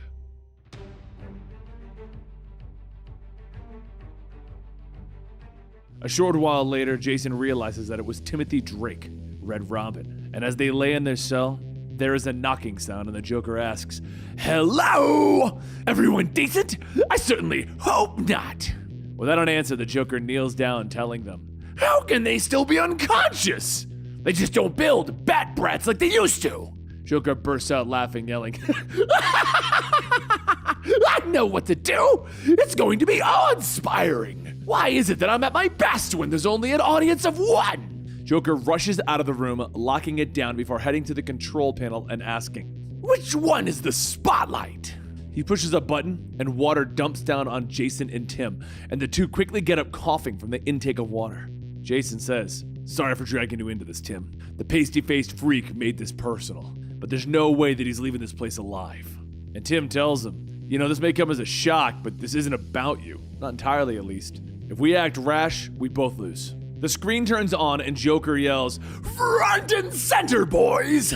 You better turn around for your super secret surprise! As the two turn back, they see two men tied to a pipe. One with a sign that says number 1 dad, and another one that says deadbeat dad. Joker bursts out laughing again, shouting, I love family reunions!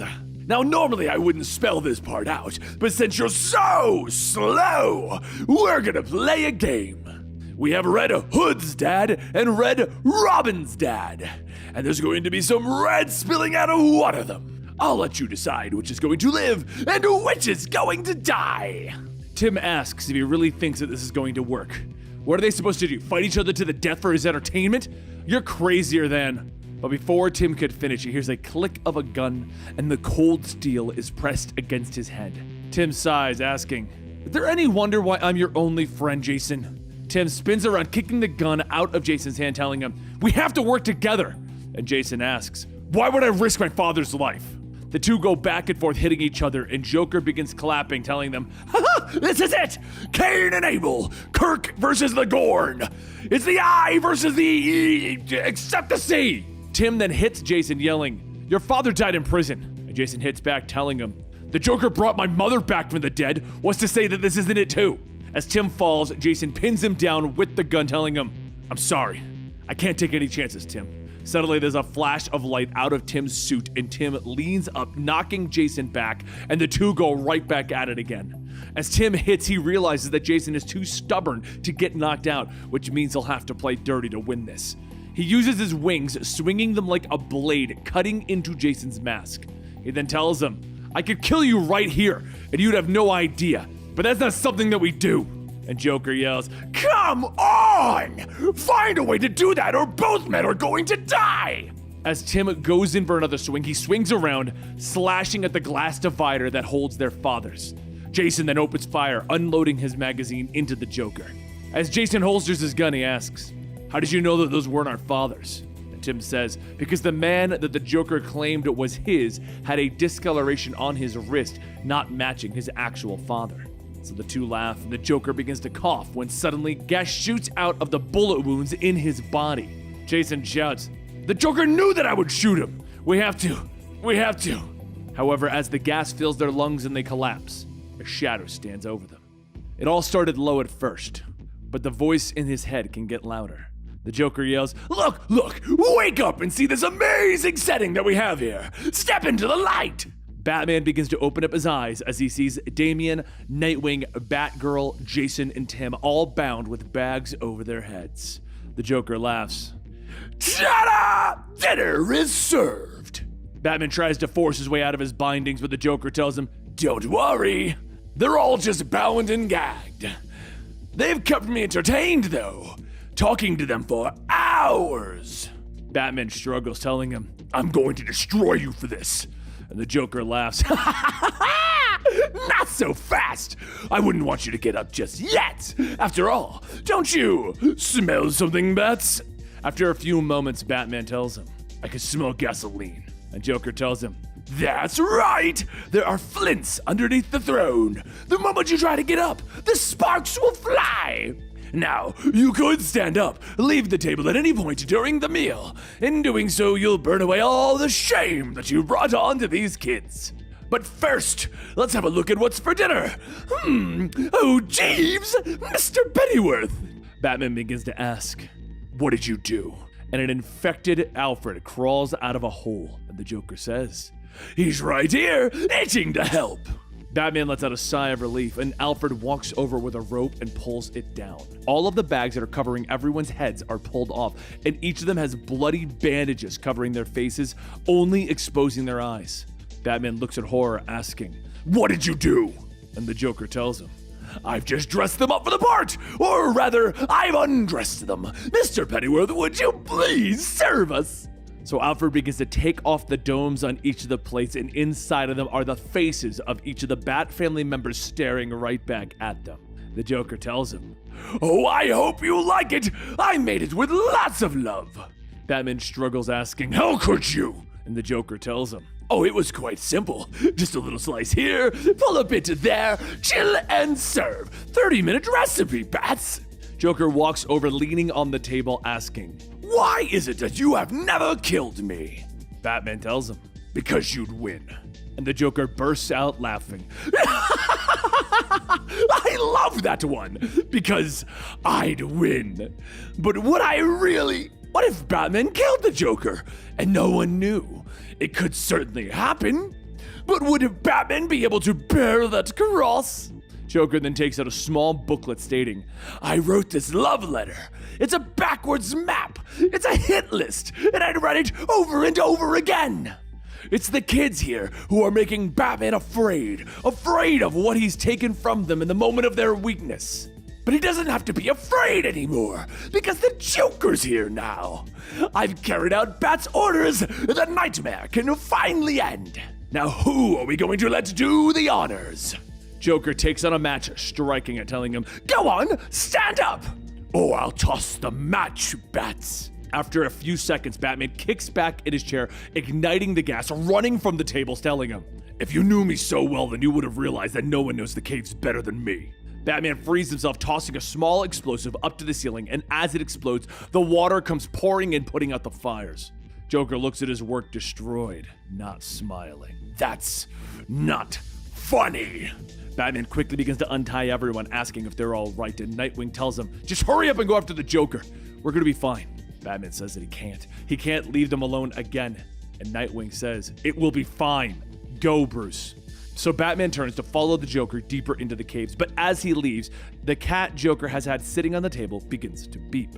It meows and then explodes with gas, and everyone begins to breathe it in. And as Nightwing recovers, he asks, "Everyone okay?"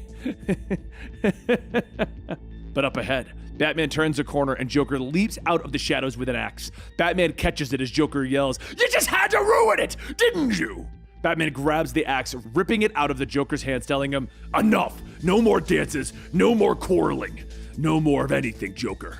Back at the entrance, the gas is spreading, infecting all of the kids, and they all quickly begin to beat into each other, laughing as they can't control themselves. Meanwhile, back with Batman, he cracks Joker in the back of the head with a crowbar, and the Joker yells, "Ow! Are you really going to let them die back there?"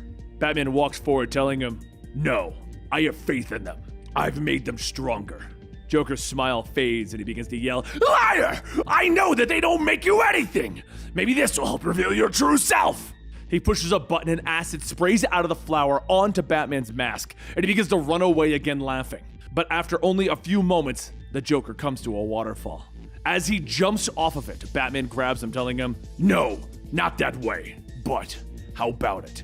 Maybe tonight I will go farther than I've ever gone before. How about I stop this game right here, right now, once and for all, Joker?" Joker begins to laugh. "Do it! I dare you! You'd never!" Batman leans in, telling him, "I'll do you one better. I broke the spell. I finally learned the truth. All of it. Your name, your history, who you really are. If I had to choose what family, I choose them. Now listen close, Joker. Your real name is..." Joker begins to slam his palm into the Batman's mouth with an electric buzzer, pushing himself off, falling into the depths below. A short time later, Batman brings everyone back home, treating them for the toxins that they ingested, and everyone goes back to as it should. But as Batman walks into the cave, the screen on the computer shows an image of the Joker, still with the identity unknown text beneath it. The computer then reports that it found the isotope in the Joker toxin, element 105, dubnium. Batman stares for a moment and asks, "Does it have any other names?" And the computer responded with honium. Batman then asks for the original element symbol, and the screen changes to H.A. As the days pass and everyone is recovering from the Joker toxin, Jason notices Damian sitting all by himself outside. He walks outside stating that he should get ready to leave, and Damian asks, "Who cares?" Jason laughs off the comment, telling him that he just wanted to say, "Good job back there." Damian scoffs, telling him that it means a lot coming from someone of such mental health like him. Jason takes a seat at the bench and tells Damian that they've all been through what he's going through. He reaches out to touch Damian, but he shifts away, asking, "Weren't you leaving?" A few moments later, a minivan comes screeching to the entrance outside of the house, and Arsenal gets out stating, "And I thought Oliver Queen had megabucks. Dude! Can't imagine what the rent is like with all these bat safe houses." As Jason gets ready to respond, Starfire flies up grabbing on, and Jason says, "Yeah, it's nice to see you too." Starfire pulls Jason into the air, asking, "Where have you been? We feared the worst." And Jason tells her that he had some family things that he needed to take care of. "Can you, put me down?" As she does, Jason motions to the door, asking if she would like to come inside. There's a few things that he needs to get. She turns away, stating that it might be best if she waited outside. Jason walks back inside, asking, "Are you serious? Are you not even gonna say hello to her?" Nightwing looks at him. The Joker opened up some very old wounds. Should be more understandable why I'm not close with anyone, right? Jason turns to leave, telling him, "Maybe. Or maybe that girl out there is more amazing than you give her credit for." Nightwing stops him. "Don't judge me. Just promise to watch over her, Jason." Jason walks out, telling him, "Oh, I will. Every day of my life." Back outside, Jason sees Arsenal and Damian fighting, and he asks, "Really?" And both of them point at each other, shouting, "He started it!" Once inside, Jason says his goodbyes, and Batman sits in the cave, stating that he thought that there weren't going to be any goodbyes. Jason says that he bumped into the big guy the other day. Said Batman vouched for him. Batman doesn't even turn to look at Jason, but he tells him, "I'll never approve of your methods, but I cannot argue with your results, Jason. I learned a long time ago that I can't control everyone." Jason takes off his helmet and begins to walk back upstairs, but then he stops for a moment. He turns back and he says, "I have to know, the things the Joker said, were they true? Did he actually create me?" Batman tells him, "No, Joker didn't make you. Batman didn't either. You made yourself." As Jason heads back upstairs, he puts his helmet back on, but suddenly, it latches itself closed. A hologram of the Joker appears and he shouts, "You played a joke on me, Jason! Only I'm not laughing. You were supposed to be one of my greatest masterpieces from start to finish.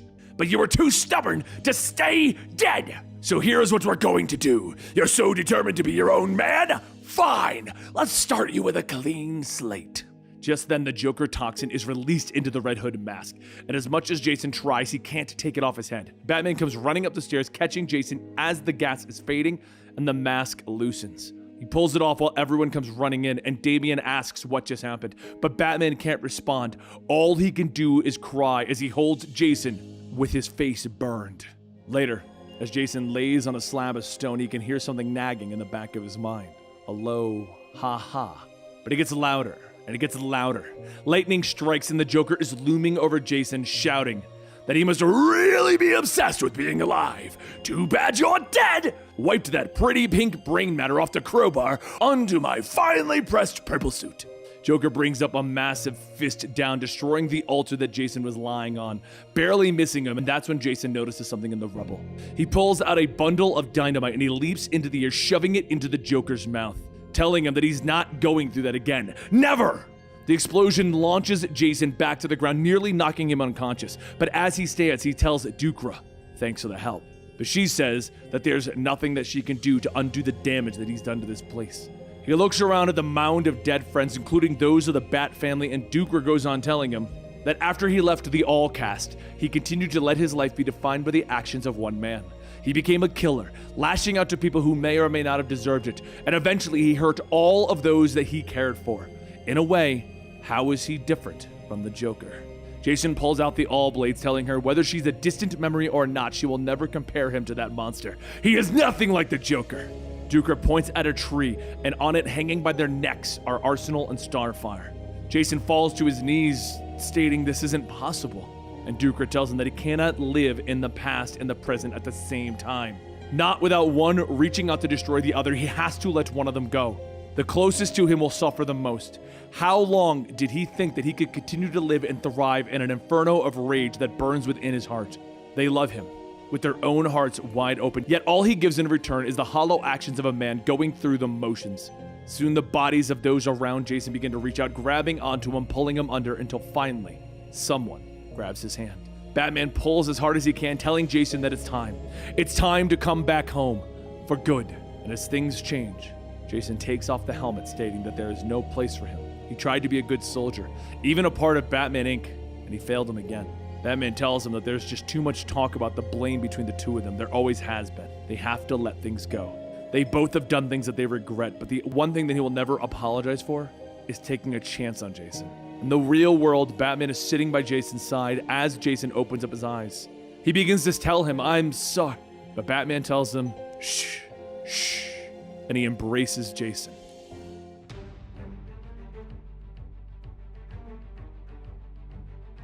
Somewhere over the Himalayas, a Wayne Enterprises jet flies over the snowy mountains when it's suddenly attacked by a group of assassins. The leader of the group says that if they would be willing to fly such an expensive plane in this area, they must be willing to pay a lot for their lives. Right? Jason sighs as he closes his book, telling the man that they really don't know what they just walked into. He's really not in the mood for this. The man points his gun at Jason's head and laughs, telling him, "Too bad you don't have your butler here to hide behind."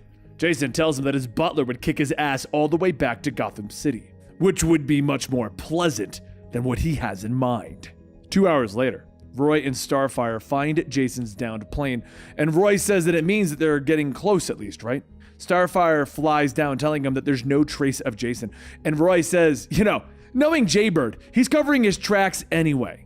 Maybe the townsfolk will have some clues. So as a group of natives look on, Roy yells out, "Greetings! We're big American superheroes and we need to find someone. But we must also reach the Acres of All, the home of the All cast. Does anyone know where that is?" The people all begin to look at each other and a man waves his hand stating, "Sorry, no English."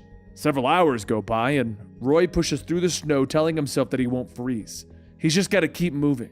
Starfire flies over, asking if it helps at all with her stating over and over like that. And Roy shivers, telling her, "No, not at all. We just have to keep moving. Go deeper." But as he finishes his sentence, he collapses. Starfire catches him, telling him that he's not dressed properly for this climate, and Roy scoffs. Says, we have to keep going. If we don't, there's no telling if we'll see Jason again. Not after that thing with the Batman and the Joker. These past few months, the three of us together, it's been good, right? Jason wouldn't just disappear and not want us to find him, right? As Roy and Starfire rest for the night, off in the distance, a voice tells Essence that they are closer than she thought. Essence asks, "Mother? Dukra? How? You're dead." And Dukra's spirit appears, asking how many centuries did she spend leading the Allcast. These mountains are riddled with her magic. Until it dissipates, she is a part of them. The Archer boy doesn't believe that he is capable of doing anything right, but even still he has the heart, and the will, and a deep love for his friend. We cannot interfere. Essence shouts that she must. She will shatter him through his dreams. And as Essence slips into Roy's nostrils, Roy wakes up with his mind surrounded by people of the past, all telling him that he is no good, that he should just give up, just accept it. Versions of himself and Green Arrow begin to shoot him with arrows, telling him that he is pathetic, a drunk. Jason only keeps him around to see what rock bottom even looks like. But soon, Roy begins to fight back, shouting that he is doing his best to commune with his own darkness and accept it. I may have fallen low, and I might not live up to what people think of me, but Jason needs me, and nothing will keep me from finding him. Just then, Essence is expelled from Roy's body, and he begins to wake up coughing, asking, why does it feel like he just smoked a dozen cigars? Roy then wakes up Starfire, telling her that he knows where they have to go. Fly him there now. Later, as the two are staring at a mountainside, Starfire asks if he's sure, and Roy tells her, yeah, just fly us through. Starfire picks Roy up, sighing, stating, you just woke her up to crack into a mountain. And as the two get closer, they phase through the side of the mountain and find themselves in the Acres of All. Roy looks around, stating that that was pretty easy, or maybe not? And just then a snarling creature slowly walks up, followed by several more surrounding them. Roy lets loose an arrow, hitting one creature, creating a plume of foam, and he yells out, and you said my foam arrows are stupid! But while they fight the creatures back, there was a loud roar from the alpha creature, and then suddenly, it stops. The beast falls to the ground and Jason pulls his sword out with Roy yelling that was pretty sweet, Jaybird. You're gonna have to teach me how to go all Beastmaster sometime. Jason wipes the blood from his sword, stating that he and his friend should leave. This place is dangerous. And as he begins to walk away, Starfire flies in front of him in a fit of anger, stating that he does not get to cast them away after they chased him halfway around the world. Roy almost died last night, all for the Himalayas. Jason looks at Starfire and says that she must have him confused with someone else. He has no idea who they are. Roy grabs Jason, stating, "This is a joke, right? What's my name?" And Jason smiles, stating, "How would I know the name of someone I've never met?" Roy begins to shout, frustrated. "This isn't even a little funny. Your name is Jason Todd. We're friends." And Jason walks off, telling him, "The funny little man said something like that." Starfire asks who did this to him, and a voice tells her that Jason did this to himself, though he may have had a teensy bit of help.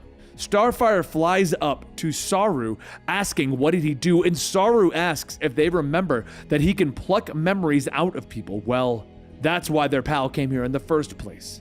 Jason came to him, and he said that he didn't want to remember, and that he wanted to start all over. Of course, it isn't something that they were supposed to do.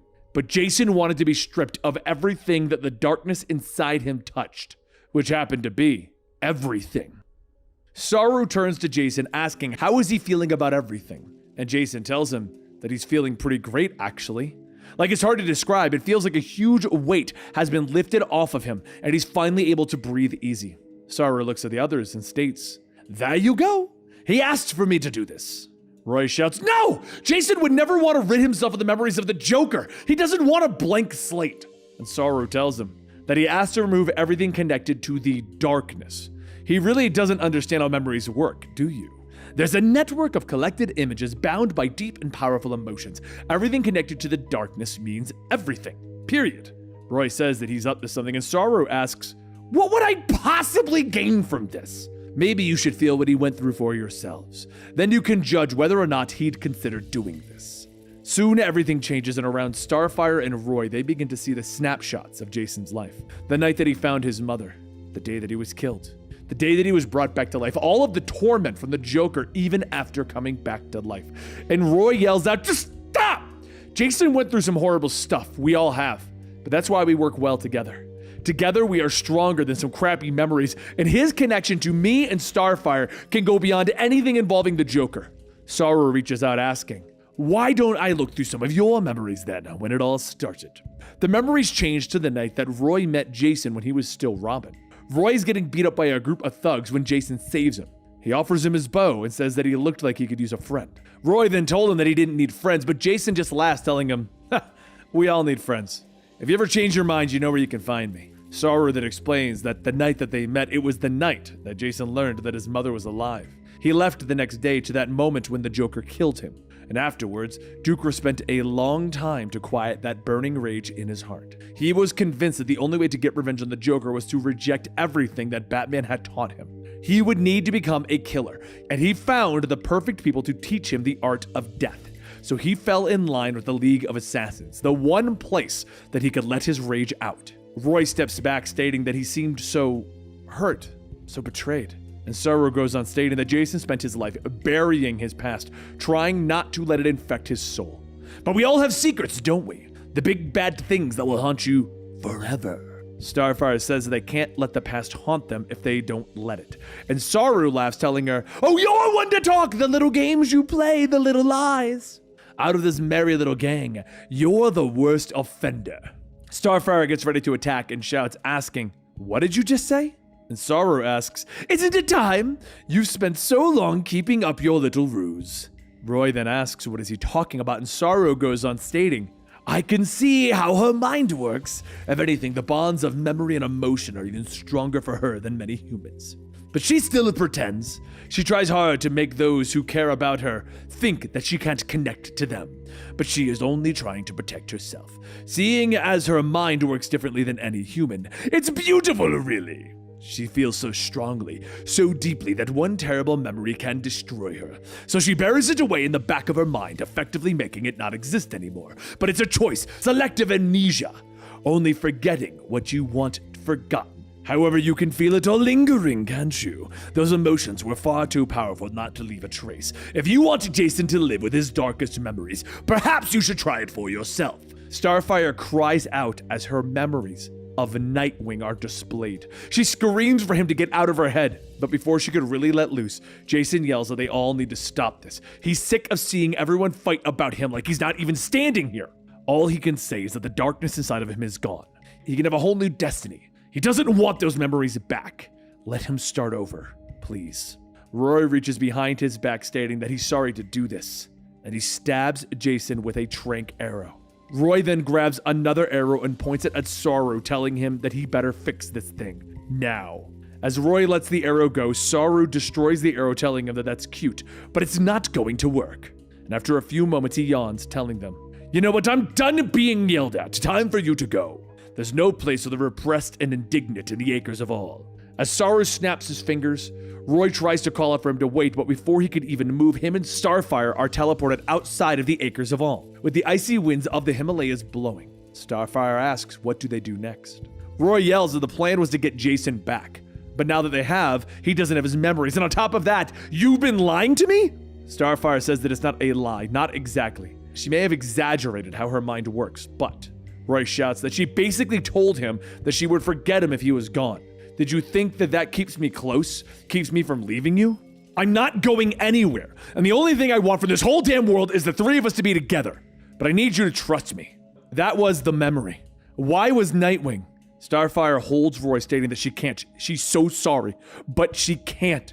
And with our heroes all distraught and torn apart practically, we traveled over to Seattle, where a hacker is staring at his laptop when suddenly he is shot in the shoulder with a green arrow. The man falls to the ground and he yells that this isn't something to interfere with, and Green Arrow tells him, "That's why I figured I'd stick a few arrows in you and see what happens. Sound good?" The man then says that there's $500 million in each of their heads, including his little... Green Arrow kicks the man in the face, telling him, "Friend might be overstating it." Green Arrow then looks down at the laptop and sighs. "Damn it, Roy. Guess it's up to Green Arrow to save you. Again."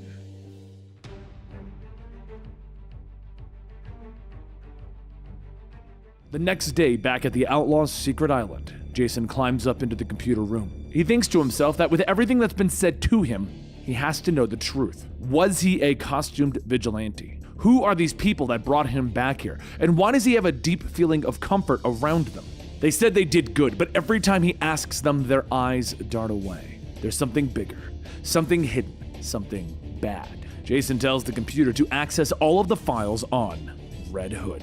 The computer responds, telling him that it's accessing the files, when suddenly the screen pops up with images of Red Hood and his confirmed kill count of 83. Meanwhile, as Roy lays in his bed awake next to Starfire, the perimeter alarm goes off and he asks Starfire if she's awake. She opens her eyes but doesn't look over, and Roy says of course not. He just needed to talk to her. He can't pretend like nothing's different since they came back here. She's been lying to him for months about her memories. She is deliberately keeping something big from him. Guess it doesn't really matter though, saying all this stuff while she's sleeping. A short while later on the beach, Green Arrow shoots another of the protective drones and he says, "Appreciate the warm welcome, really." And Roy asks, what the hell is he doing here? And Green Arrow tells him, "Look, we both don't want to see each other, but we need to talk. You and your friends are in danger." Just then, several robot arms shoot out of the ground, grabbing Green Arrow, and he shouts, "For the last time, get your weird robots off me!" Roy asks, "How did you even know we're here?" And Green Arrow tells him, "I've known ever since Superman paid you a visit. But that's not important right now. There's a huge bounty on all of you, 500 million each." Roy says that he wants to get this straight. "You found out that people are trying to hunt us, so you flew directly over to our secret island. Our secret island, Oliver! The place that we've been living secretly, in secret, for months. Doesn't that sound like a trap?" At that moment, an explosion goes off in Roy's home and he yells, "If Starfire is robots, I need Green Arrow so we can shoot things." The robots begin letting go of Green Arrow, stating, "Hello, Roy friend.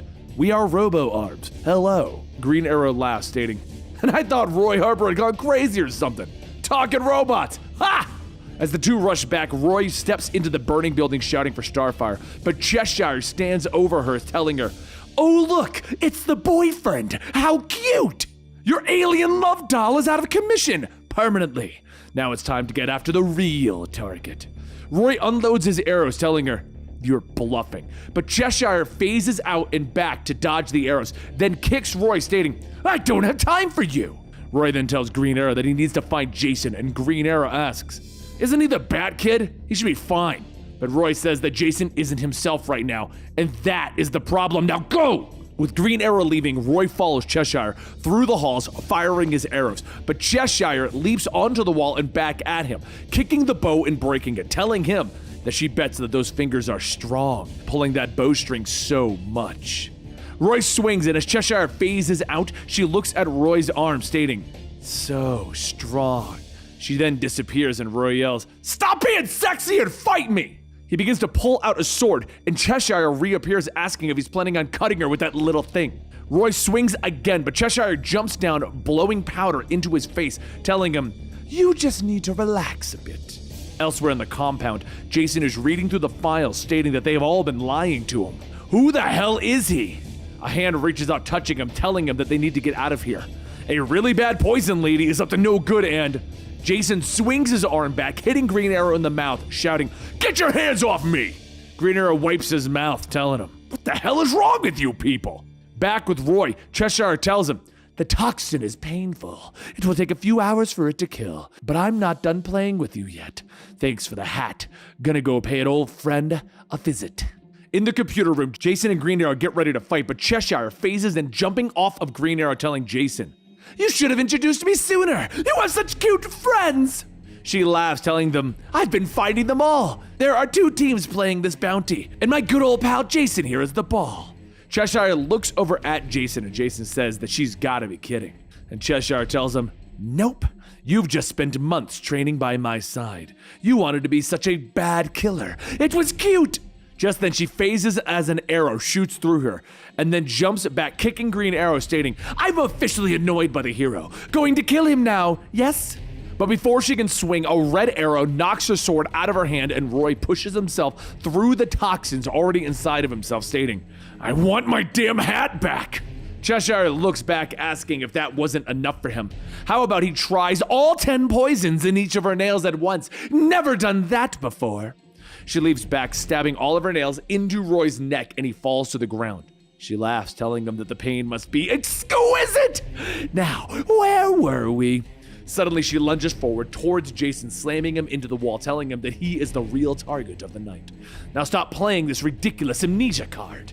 And Jason says, "I'm not playing anything. I have no idea who the hell you are." Across the room, Green Arrow looks through all of Roy's pouches, stating, "Yo, you got like anti-venom in here, right? There has to be. Of course, same place where mine is."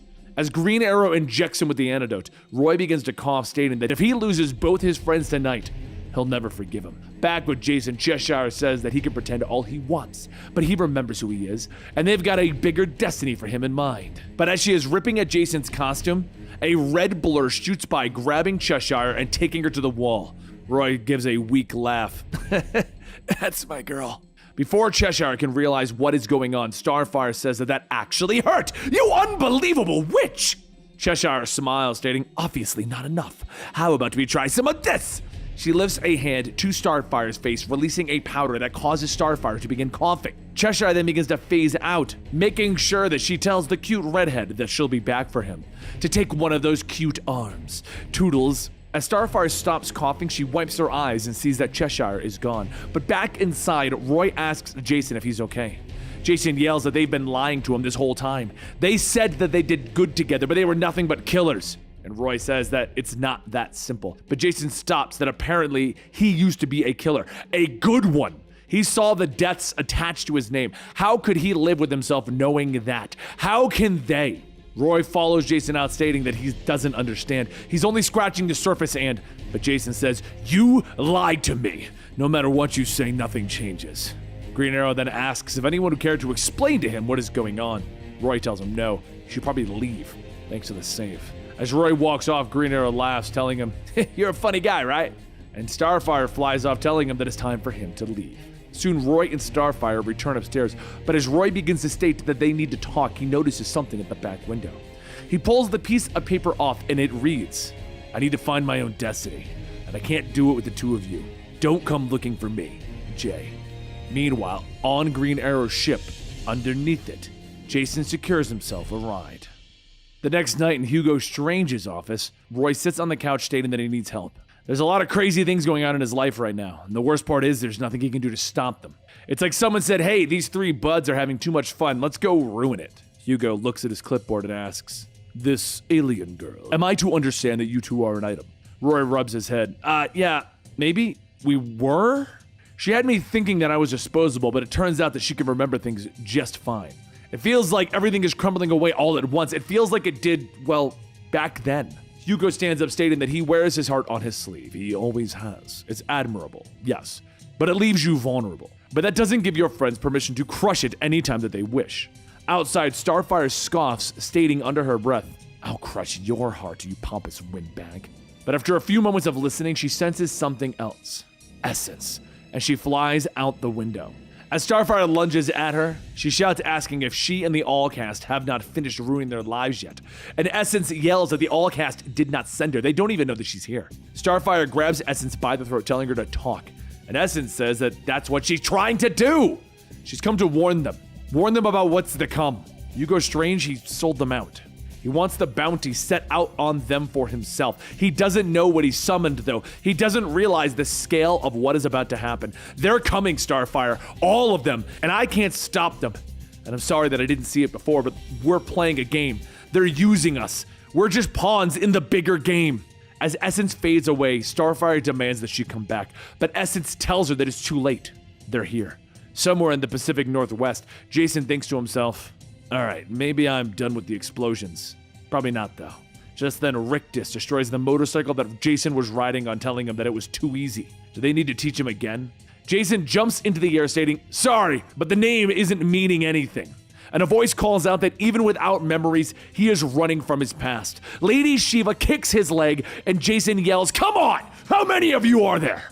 Back at Hugo Strange's office, Starfire bursts through the window, stating that they need to leave. This man is lying and he is trying to twist his mind. And Roy says, this is supposed to be private. I've known Hugo for years. He's just trying to help. And Starfire tells him that no, he isn't. He sold us out to someone powerful enough to scare Essence away.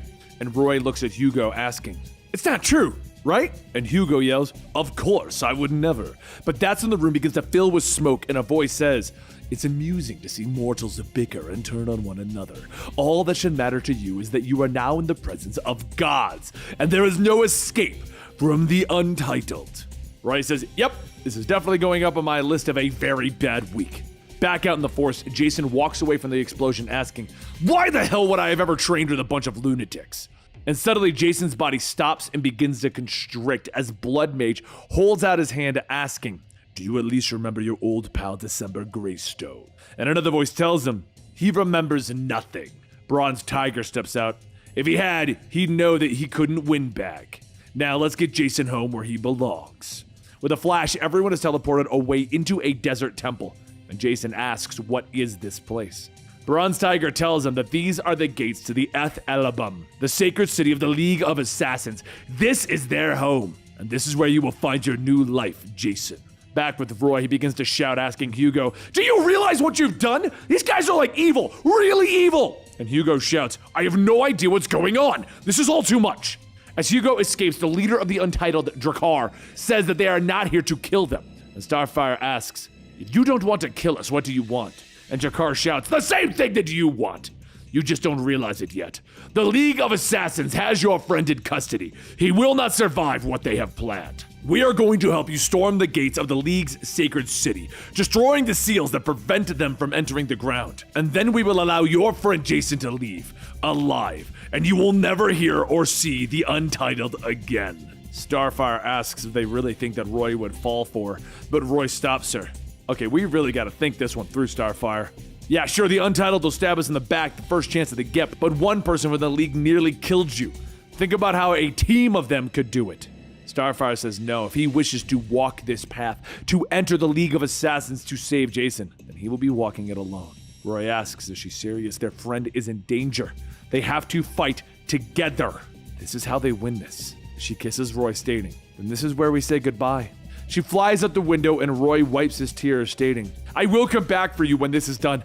I promise. He then turns back. All right, Beardy. I'm gonna need every piece of weaponry and machinery you have access to, and I'm gonna need it tonight. Back at the gates, Jason follows the assassins down the elevator, looking over the massive underground city, asking, "What is this place?" And Bronze Tiger tells him, "This is the paradise that Ra's al Ghul spent centuries trying to bring to the world. This is where the League of Assassins were born. The Untitled are coming for them. They are immensely powerful, and we believe that you may be the only one that can stop them." Jason asks, how the hell is he supposed to do that? And Bronze Tiger smiles, telling him, "You have been chosen to lead the League of Assassins. Are you ready to step up and achieve your destiny, Jason?"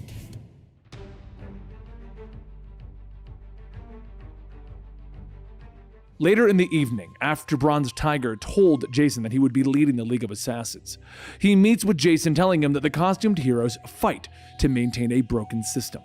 They refuse to call the weak and the wicked. He once saw how broken this world was, the kind of justice it truly needed. He will soon see that again as he leads the League of Assassins. Jason asks, "Why are you doing this?" And Bronze Tiger says that Talia al Ghul had a plan for him from the very beginning. She saw his potential greatness. They all do. That is why she revived him in the Lazarus pits, and Jason shakes his head. "She was the one who brought me back to life? That's so strange to say out loud." Talia al Ghul revived Jason Todd. "Roy once told me..." "No, I don't want to talk about my friends. They lied to me about my life and they tried to set me down a darker path. But then again, how is leading an army of insane killers any better than what they offered? I don't want to be a killer. That's why I left my friends in the first place." Bronze Tiger tells him that if he wants to do good, real good, then they can arrange that here. Meanwhile, over in the South Pacific, Starfire gets to work on a machine, and as she finishes the last-minute adjustments, she says that they're going to try this again. As she presses the button, the machine behind her winds up, and there's a loud crackle sound.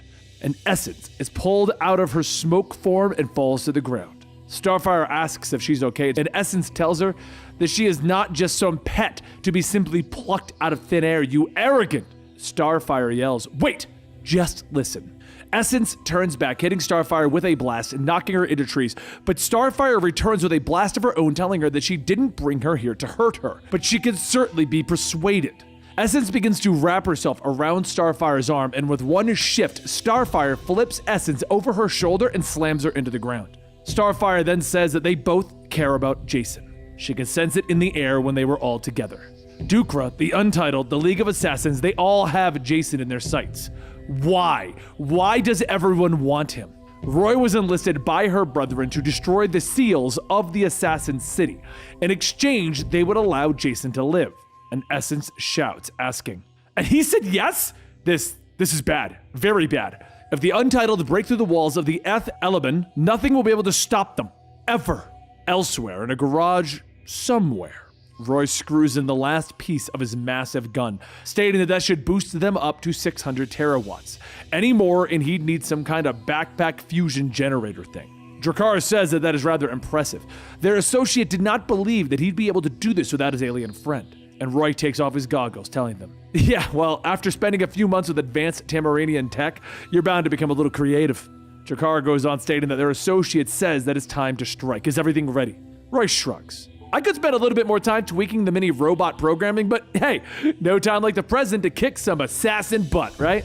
Drakkar agrees, telling him that the Untitled will uphold their end of the bargain. They will allow him to take Jason, but he must destroy the gates and the seal on top of the fountain at the heart of the city. Fail in that regard, and if the assassins don't destroy him, they will. Roy quietly tells him, "Right, great people. Always meeting great folks in this line of work."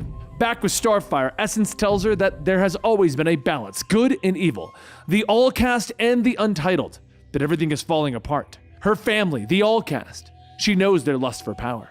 She can fight it within herself, but it runs deep and dark. When they found the will of sins all those millennia ago, her uncle Drakkar forced them to all drink it. There has never been such a powerful darkness in this world. They still don't fully understand it. They all still fear it. It is capable of stripping them of all of their power permanently, and it wants to take back what it gave them. And it is at the center of the storm that is coming. Starfire asks what the Well of Sins has to do with the League of Assassins, and Essence explains that everything starts with Ra's al Ghul. When she first met him 500 years ago, he came to the Acres of All to learn the untold secrets of the Lazarus pits that he was already using to prolong his life. He had a devil's tongue and he charmed his way into Dukra's heart. She trained him for a while and ultimately entrusted him with something that she had kept secret for thousands of years. The Lazarus pits are remnants, runoffs of a far more powerful source. They are the children of the first and most powerful Lazarus pit, the Well of Sins. Ra's al Ghul told her that he would create an army to protect its power, but he would never use it for himself. For centuries, that was the case. The Well of Sins sat untouched under his protection. The seal has bound the All-Caste to the League of Assassins. The truce between the All-Caste and the Untitled extended to the League as well. To strike Eth Alben would be an affront to the balance of good and evil in this world. But by killing Dukra and her pupils, the Untitled will have proven that they are no longer interested in keeping that balance. Starfire asks if there's no other way to defeat the Untitled. There's only the Well of Sins. And Essence goes on stating that she had the essence of pure life implanted in her body, a weapon that she planned to use against Drakkar. She was forced to expel it before she was ready. Dukra knew another way though. It took her a millennia to build the technique. She used it to strip the powers of the Untitled from herself. She offered to teach it to her, but when it was declined, Dukra exiled her from the All-Caste. If Roy destroys the gates, the seal, the Untitled will rip the fountain apart. There will be no stopping them. She must stop him from succeeding, even if it means killing him. A short while later, just outside the gates of the League City, Roy stands as a literal one-man army, armed to the teeth, and says to himself, "All right, buddy boy, the cavalry's arrived." Just a bit away though, Drakkar watches with the rest of the Untitled, and a robed man stating that he can feel it. "It has begun." The robed man says not to be certain, not yet at least. Helping the League is an amnesiac superhero trained by the woman who has kept him and the Untitled at bay for almost 10,000 years. Drakkar scoffs, telling the man that they are desperate. They will fall. Their night will weaken them and they will deliver the killing blow. While the man-bat assassins fly towards Roy, Roy releases his Roy bots, yelling, "Fly, my pretties, fly!" Dozens of small balls begin to fly into the air, shooting tranq darts into the horde of man-bats. But then the Blood Mage makes his move. The Blood Mage tries to attack, but as Roy's shields activate, he laughs. "Ha ha, look like I can handle this!" The Blood Mage asks, "Do you really want to dance? I'll lead!" Roy charges in, knocking Blood Mage over and throws an ice grenade, freezing him in place, telling him, "I took this one from Mr. Freeze! Sit back and watch the fireworks!" Blood Mage tells him that he'll be watching the next part real close. And just then there's a gunshot and a bullet bounces off of the shield, and Roy asks what was that. Cheshire teleports down, telling them, "Hello, sweetie. Didn't expect to see you again so soon. Just need to grab onto this little shantytown shield generator." As she pulls her arm back, she takes with her a small device, crushing it, and Roy says, I'm pretty sure shantytowns can't afford shield generators like that. But don't worry, I got something special for you. See, I learned a little bit about you, like the short-range teleporter implanted in your wrist that allows you to come and go. Just know that this is only roughly 75% personal. As Roy's gloves spark up, he grabs a hold of Cheshire's wrist and he releases an electrical charge, shorting out the teleporter in her wrist. Cheshire pushes him off, asking what did he do? Someone, anyone, help me!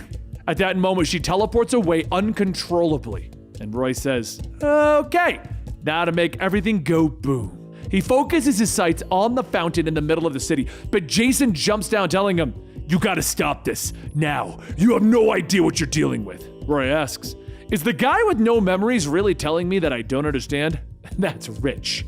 Jason goes on telling him, "I'm here because I want to be." And Roy asks, "Oh, they brainwashed you now? These are bad guys. They have assassin in their name, Jason." Roy jumps down, kicking Jason back, telling him, "I'm here to save my best friend. He's locked up inside that pretty little head. Now sit back and enjoy the show."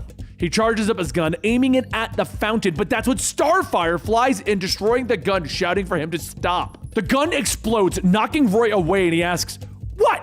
Abandoning me and Jason wasn't enough? You came to rub it in!" She floats down, telling him, "You do not understand. The Untitled are manipulating you." Roy then says, "I am getting tired of everyone telling me that I don't know what's going on." But a voice calls out, "So are we." Rictus appears behind Starfire and she quickly turns back, grabbing, asking, "Do you really want to do this?" As Starfire lights him up, Rictus laughs. "I can increase and decrease my density whenever I wish, and I can increase it so much that even an alien as strong as you can't lift me."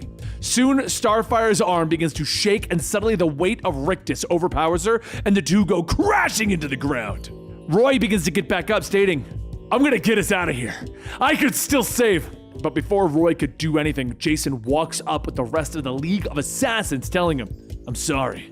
Didn't have to be like this." Jason and the others take turns at beating into Roy, and Bronze Tiger delivers the final blow, knocking him into the fountain. Roy climbs up one of the stone spikes surrounding the fountain, telling them, "That's not fair, but I still got one more trick up my sleeve." Literally, well, kind of literally. Crack-a-cathoom!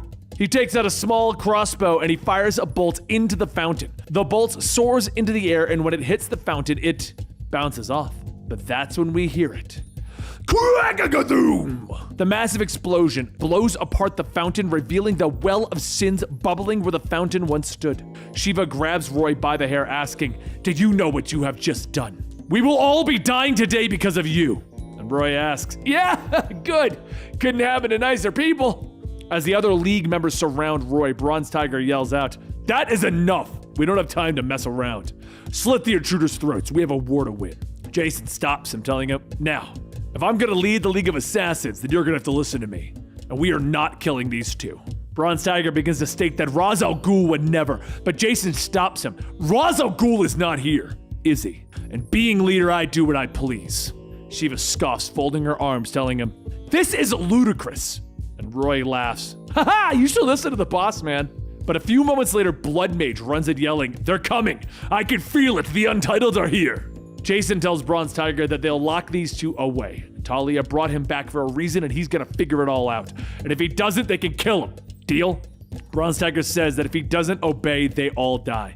And Jason shrugs, "Yeah, pretty much, what do you say?" As Roy and Starfire are taken away, Bronze Tiger then asks Jason if he's ready. Can he lead them to victory, then onward to bring utopia to the world? Jason then says that he really hopes so. He has no idea what he's doing, and this all feels like a terrible mistake. But at that moment, his hands begin to glow as the all blades form and a voice tells him to take a deep breath. Everything is going exactly according to plan. Jason looks at the twin swords, asking who the hell is talking to him. And Shiva says, "Great, our brainless leader is hearing voices and materializing swords out of nowhere. This bodes well." Bronze Tiger asks if he's ready, and Blood Mage points off in the distance, stating that he sure hopes their fearless leader can figure it out, because it looks like it's time to save the world. Assassin style.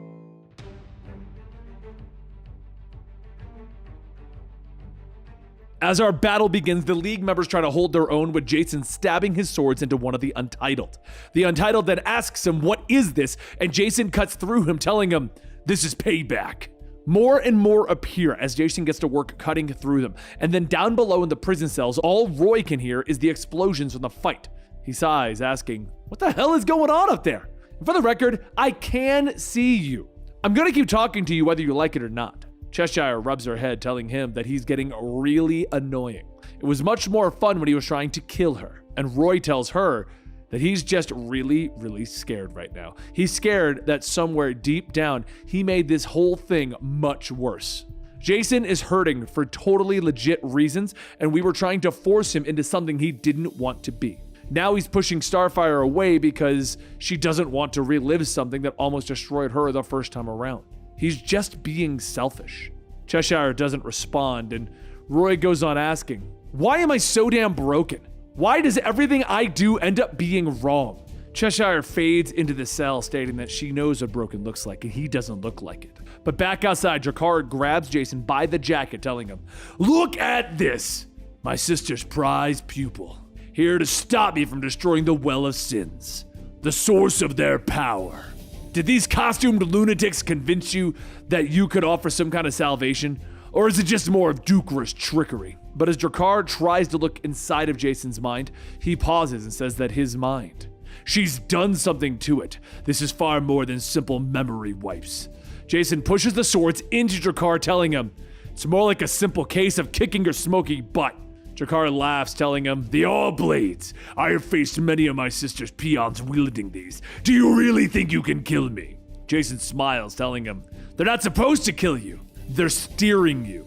So the two of them begin to fall out of the sky, and Drakkar lands directly into the Well of Sins. Back in the prison, Roy asks, "What is she doing?" And Cheshire tells him that she can see it in his eyes. He really does care about them. Everything that he thinks he's done, it's to help them, right? Does he know how many people would tear down the walls of the most dangerous city on the face of Earth just to save her? He isn't broken, he's far from it. Roy sighs, telling her that doesn't change the fact that they're probably going to die any minute. He'll never get to tell them that he's sorry. She holds his hand, telling him to grab on. And Roy asks, "What? Absolutely not! You tried to kill me literally every time that I've met you." Cheshire grabs a hold of his wrist, telling him, "Just shut up!" Over at the Well of Sins, Drakkar pulls himself out, shouting, "No! Someone get me out! The arcane power is reaching inside of me! This can't be happening! They gave me this power! They can't take it away! Please!" The Well of Sins then expels Drakkar from the pit and onto the ground, as Jason looks up and sees the other Untitled and tells them, "You can surrender now or face the same fate as your master." The Untitled tells him that he's lucky. Mortals cannot defeat them, and then a voice calls out, "Oh yes, we will." Shiva rides on the back of a man-bat assassin, ordering the swarm to bring them down. And as all of the man-bats begin to drag the Untitled down, each of them is cast into the pit. And Drakkar lunges at Jason from behind, telling him, "I have done battle for centuries! You won't be able to defeat me, so..." But with a loud crack, Bronze Tiger's there snapping his neck. Jason looks at the lifeless body of Drakkar, telling him that he supposes that was necessary, but after everything that monster's done.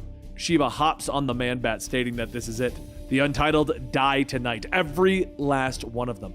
And Jason says that they can't just kill people without his say-so. If they want him to run this organization, they're going to do things his way. And then a voice asks, "Is that so?" The robed man from before walks in, asking if he came all this way to face a leader of assassins who tells his warriors to sheath their blades. Is he really the one that Talia chose? He expected more. Bronze Tiger steps back, stating that voice, and Shiva smiles. The robed man tells Jason that he played his part well, but the game is over. Jason orders everyone to attack, but Blood Mage says to hold. Do they not know who that man is?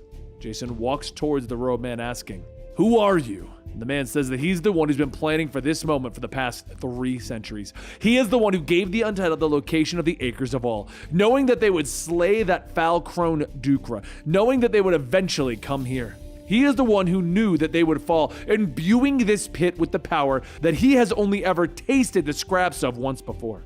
Who else could he be, young detective? Who else but Ra's al Ghul?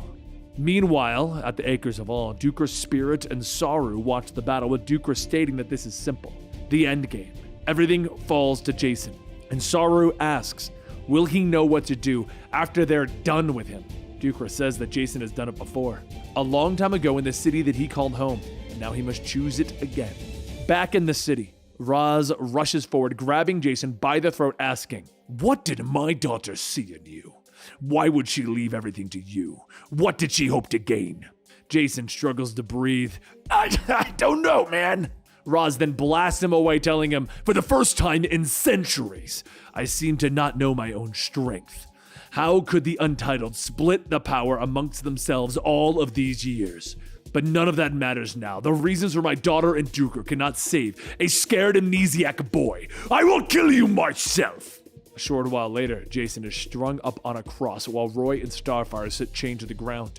Cheshire says that she doesn't like this. The Master's eyes. It looks as if he's willing to burn the world to the ground, and she happens to like the world the way it is. Shiva tells her to get on board. This is their true master, not some weakling that Talia thrusted upon them. Tell her, Bronze Tiger. Bronze Tiger looks up. Yes, we must do as our master commands. Jason looks down at Roy, telling him that he's sorry about all of this. They're going to put them to death, and it's entirely his fault. He shouldn't have pushed them away so fast. He can't believe that he thought that they were evil. That's not them, right? They might not be the best guys around, but they're good, aren't they? Now they're just going to die. Roy laughs, telling him, I know one guy that could save us. The one guy who could break us out in a blaze of glory. And all you gotta do is remember. The little dude with blue light said so. You have the power to take back your own memories. You have fought Ra's al Ghul before. You were trained by Batman, Jason. Do you seriously not realize how powerful you can be? That's when Roz shouts for the League to bring him the prisoners. He will start by killing the loyal compatriots. He's eager to test the killing power of these new abilities. Are you watching, boy? Imagine the blades in your own hand. You're the one who did this. Jason watches as Roy and Starfire are dragged away, and he says quietly that he wants to remember. He wants to remember who he is!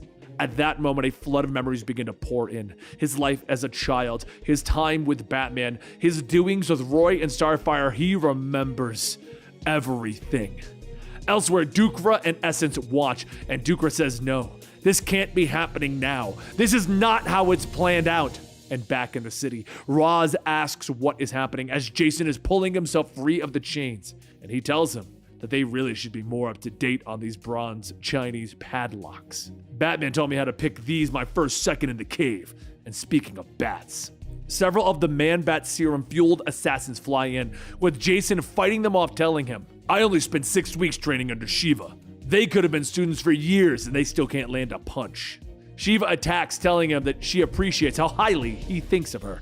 And Jason tells her, not so much highly, I just know how dangerous you can be. There's one thing that you taught me though, a few shortcuts to keep the upper hand when I needed it, literally in this case. He chops Shiva in the back of the head, knocking her out, and Roz shouts to kill him. Bronze Tiger gets ready to jump in, but he tells Cheshire that he knows what she's thinking, just do it now. Bronze Tiger then roars as he lunges for Jason, telling him that he can assure him that there are no shortcuts to defeating him. And while they begin their battle, Cheshire sneaks over to Starfire, telling her to get as hot as she can in about 3 seconds, like heat-wise. As her poisons melt the chains holding her down, she tells Roy that this might sting a little. Bronze Tiger grabs Jason by the leg, and Jason yells that they used to be friends, and Bronze Tiger says, I'd killed friends before. That's when a rock is thrown at Bronze Tiger and he asks who dares, and Starfire rockets in, punching him across the city. Roy helps Jason up, telling him that it's good to see him again, and Jason tells him, I'm sorry that you had to trick me like this. I didn't think it was going to go down like this. Roy asks, what? And Jason asks, wait, did you not figure it out? This has been the plan from the very beginning. You take the wizard and the Tin Man, I've got a bucket of water that I got to introduce to a certain wicked witch.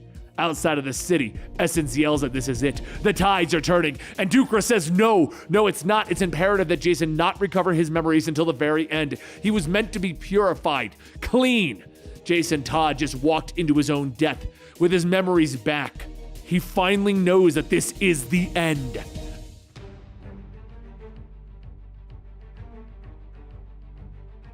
Months ago, at the Acres of All, Seru welcomes Jason in his sarcastic fashion, stating, Look, the prodigal son has returned. Jason asks, where is she? He knows that Dukra is the one who summoned him here, and he is really not in the mood to be messed with after these past few weeks. At that moment, Dukra's spirit appears, stating that they are the keepers of the light. They are the All-Cast, and their destiny has ever been to fight the war against the one true darkness, the war against the untitled. He is all that remains, and there is a great darkness blooming. Ra's al Ghul has taken command of the untitled. He seeks to take their power for himself. He seeks to become a god. Jason asks how they stop Ra's al Ghul, and Dukra tells him that the power to stop Ra's rests in him. He's done it before as a young man in Gotham City. The final battle will take place in the Well of Sins. With all of the doubt and fear clouding his mind, it will eat him whole. Jason says, okay, well, I'm not hearing any solutions. And Dukra asks, how much will you sacrifice to save the world? And Jason stops her. Everything. She tells him good, because that's precisely what she needs from him. They must strip him of his memories. He must enter the scenario as his purest, truest self. He can allow his memories to come back, but if he does it too soon, he may not survive. Now, we go to the final battle at the sacred city of the League of Assassins, with Ra's al Ghul asking if he thought that coming to the Well of Sins would grant him power. You're showing none of the cunning of your mentor. The power seeks a master worthy of it, a master that can withstand what it has to offer. Now feel it, Jason. Feel the weight of the sins of this world. Apparitions begin to appear around Jason, all taking the forms of the Joker, and they all begin to laugh at him. Jason starts to look around, stating that these can't be real. These can't be real. He falls to his knees as Roz goes on telling him, "I know not why my daughter took special interest in you, but all I see is failure. Do you wish it all to end? Just say the word. The demon's head can be very merciful." Jason quietly tells himself, "Accept the darkness, embrace the light. Accept the darkness, embrace the light." And Roz asks, "What are you muttering?" Jason forms the All Blades and he cuts through the Jokers with Roz asking, "How are you doing this?" Jason tells him, "I'm just a little bit stronger than people give me credit for. More than I can say about you. You got your own demons, isn't that right, Roz? Why don't you look them in the face?" An apparition appears behind Roz, taking the form of Talia, his daughter. He begins to shout, asking, "How dare you use the power of the will against me? Do you think you can get under my skin so easily?" The two clash swords as Jason tells Roz, "You've never felt any remorse for the evils that you've committed. There isn't enough human left in you to fight and control the powers of the untitled. You're weaker now than I've ever seen you before." Jason then smacks the sword out of his hands. The old Roz would never have allowed that to happen, not in 100 years. It's tearing you apart from the inside out. But me? I'm that strong. I can control it. And you know what makes me strong? It's not because of Batman. It's because of Starfire and Roy. Jason pulls his arms back along with the shadows of his friends, stating, "There's a move that I learned from Talia many years ago. Something arcane and powerful that only a force of true good is capable of delivering." Jason then shadow punches into Roz's chest, expelling the Untitled's power as Roz is screaming, "No!" And outside the city, Dukra says that it's happening. "Prepare yourself, daughter."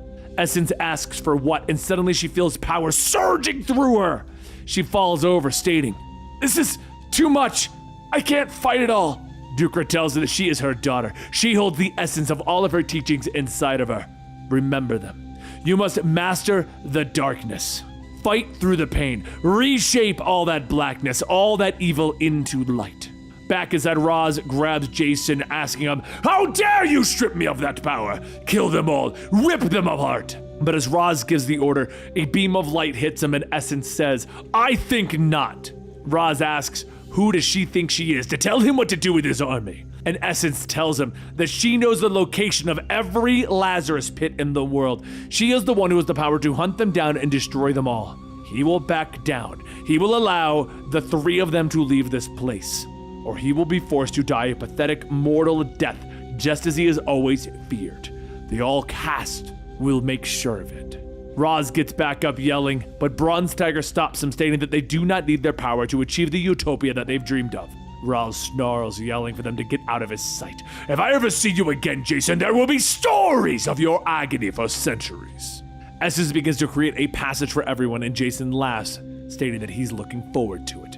Seconds later, at the Acres of All, Jason tells Essence that he appreciates the help. Where's Dukra anyway? He'd like to, but Essence tells him that she's gone now, and who knows for good or not, but her power lives again. Jason asks what will she do with the All-Cast power, and Essence says that she will rebuild the All-Cast. They will rise again and they will tip the balance of the world back towards good. Will you join me, Jason Todd? Jason folds his arms, stating that if she knows him, she already knows the answer. He's had enough magic for a long time. It's about time to go back out to punching regular baddies without having to worry about immortals or mind wipes. Roy asks, what does that mean? What's next? And Jason tells him, it's about time. Time for us to do something good for once. The next night in Gotham City, Amanda asks if she wants him to come inside, and Isabel says that she's sorry, but not tonight, Jonathan. Jonathan laughs, telling her that it's okay. There are other nights. But can he just say one thing? He really likes her. He liked her since they met at the hospital. And there's something about her that says that she's not all in, that she's waiting for someone, and she has been for the past few months. He's waiting too, and he's happy to wait. But she needs to ask herself, what does she really want out of life? The fantasy or the reality? What's standing right in front of her? Isabel goes inside, closing the door, letting out a loud sigh. She sits down asking what is she doing, but at that moment dozens of small robots appear and they start yelling, The Isabel has returned! We bring a message! Broadcasting live! Suddenly a hologram of Jason Todd appears and he asks, how's it going? Long time no see. Look, there is a private jet at Kane County Airfield. It's waiting for you to take you to a private resort island in the Mediterranean called the Elysium. Isabel yells that he left her to die after the Joker overdosed her. And Jason tells her, look, I want to explain everything that happened, but more importantly, I want to see you. Please, I promise nothing crazy this time. So 12 hours later, as Jason, Roy, Starfire, and Isabel all stand with their backs together surrounded by dozens of cyborgs, Isabel says that if these things don't kill Jason, she will. And Jason tells her, yeah, that's totally fair. But earlier that day, Isabel looks out onto the balcony stating that it's beautiful. And Jason tells her that he wanted to pick a place that reminded him of her. This almost does the job. As Jason leans in for a kiss, Isabel turns away, stating that they shouldn't get ahead of themselves. But it'll be nice to spend some time together, just the two of them. And Jason says, right, about all of that? A few moments later, out in the lobby, Roy and Starfire walk through, with Starfire stating that the stupid machine is broken. Roy tells her no, the holographic generator is not broken, she just keeps fiddling with it. Starfire shouts asking why should she hide the way she looks, and Roy says because they want to walk around like normal people, so that others don't try to show up and kill them. She begins to change her hair to black, and Jason calls out stating that their guest has arrived. Starfire runs over hugging Isabel, stating that it's so good to see her again, it's beautiful here, isn't it? And Isabel says that she's never heard of this place. Roy says that it's Elysium. You can only get here by private charter, and only if you prove that you're worth at least a few $100 million. This is where the trust fund babies and celebrities go to bump uglies in the best dance clubs and casinos in the Mediterranean. Now, how about we all have a nice night and dance? Later that night out on the dance floor, Jason says, admit it, you missed this. And Isabel tells him that this was never the problem. The problem was having a target painted on her head before she even knew who he was. The problem was that she was transported into the midst of an intergalactic war. The problem was making her a target for a serial killer clown. She's gonna get a drink. Across the floor, Roy and Starfire are dancing, and as Roy leans in, a large man pulls Roy off, asking Starfire why she's messing with this bozo. How about she comes to his yacht with him? And there's a staff of 100 people there for him. So why don't they go? Starfire's eyes begin to glow as she grabs the man by the arm and breaks his elbow.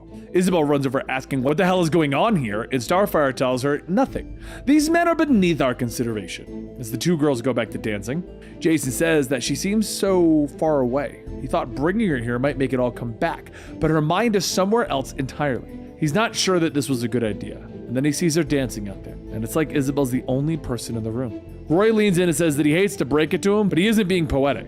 You're actually being literal. Jason looks around the empty room, grabbing Isabel, stating that they need to get out of here. At that moment, a voice then asks, where are you going? This place used to be a barren rock before I came and transformed it into what you see here. Jason turns back to see a man in gold, and he says, Midas. And Midas asks, oh, you've heard of me. Jason says that he knows of him. Susie Sue was trying to court his criminal empire for years, but she never found his core base of operations. He also knows how many people were killed to get the empire off the ground, even children. Is that what this place is? Some kind of death trap? Midas tells him, oh, no. That would be too obvious. I use all the money to build this place, and then I use the money from here to build an army. Jason asks, what army? And suddenly a dozen cyborgs surround the group, with Midas telling him, meet the army of the Golden Hand. Roy whispers, next time, let me talk to the supervillain. As Jason takes out the All Blades, Roy runs over to the coat checker, stating that he needs to get his bag. Here's the ticket. The clerk asks what is he, but before he could finish, Roy punches him in the face. One of the cyborgs grabs a hold of Isabel, stating that they thought this alien would be the toughest to take down, and Starfire shoots through the air, blasting the cyborg, stating, you are gravely mistaken on all counts. Isabel tries to dodge the gunfire, stating, oh god, before running into two more cyborgs. Jason then cuts through the two of them and asks, are you okay? And Isabel tells him, no, definitely a no. Roy calls out to catch before throwing Isabel a blaster, telling her, you know how to use this, right? She turns, shooting one of the cyborgs, stating, yeah, point and click. While the fighting is going on, Midas heads outside, boarding a helicopter, telling his men to send word that Island 7 has fallen. Let them return to the Golden Hand. And a short while later, as the heroes stand atop of a mound of destroyed cyborgs, Roy asks how much does everyone want to bet that Midas left the island? Jason tells Starfire to scour the grounds, and they need to make sure that there aren't any more cyborgs out there ready to ruin their night. Midas is going to fall, and they're going to make it happen. Isabel tosses the blaster to the ground, though, telling him, rah, rah, rah, Team Red Hood to the rescue. Jason reaches out to let her, look, once we're done here, we can sit and talk this through. We can make this work, Isabel. But she tells him no, they can't. She can't. She's been living in this fantasy world for too long. She finally knows what she's been waiting for, and she's been waiting to give herself permission to have a normal life. She cares about him, but this is beyond her. It's fun and exciting and dangerous, but it's not anything she ever wanted for herself, and it's not anything she would have ever chosen. It's all extraordinary. It's their job to keep fighting against the monsters like that man. And if the fight ever ends and we're not going to pretend that that's anytime soon, you know where to find me, Jason. But for now, this is goodbye. And with a final kiss, Isabel walks away.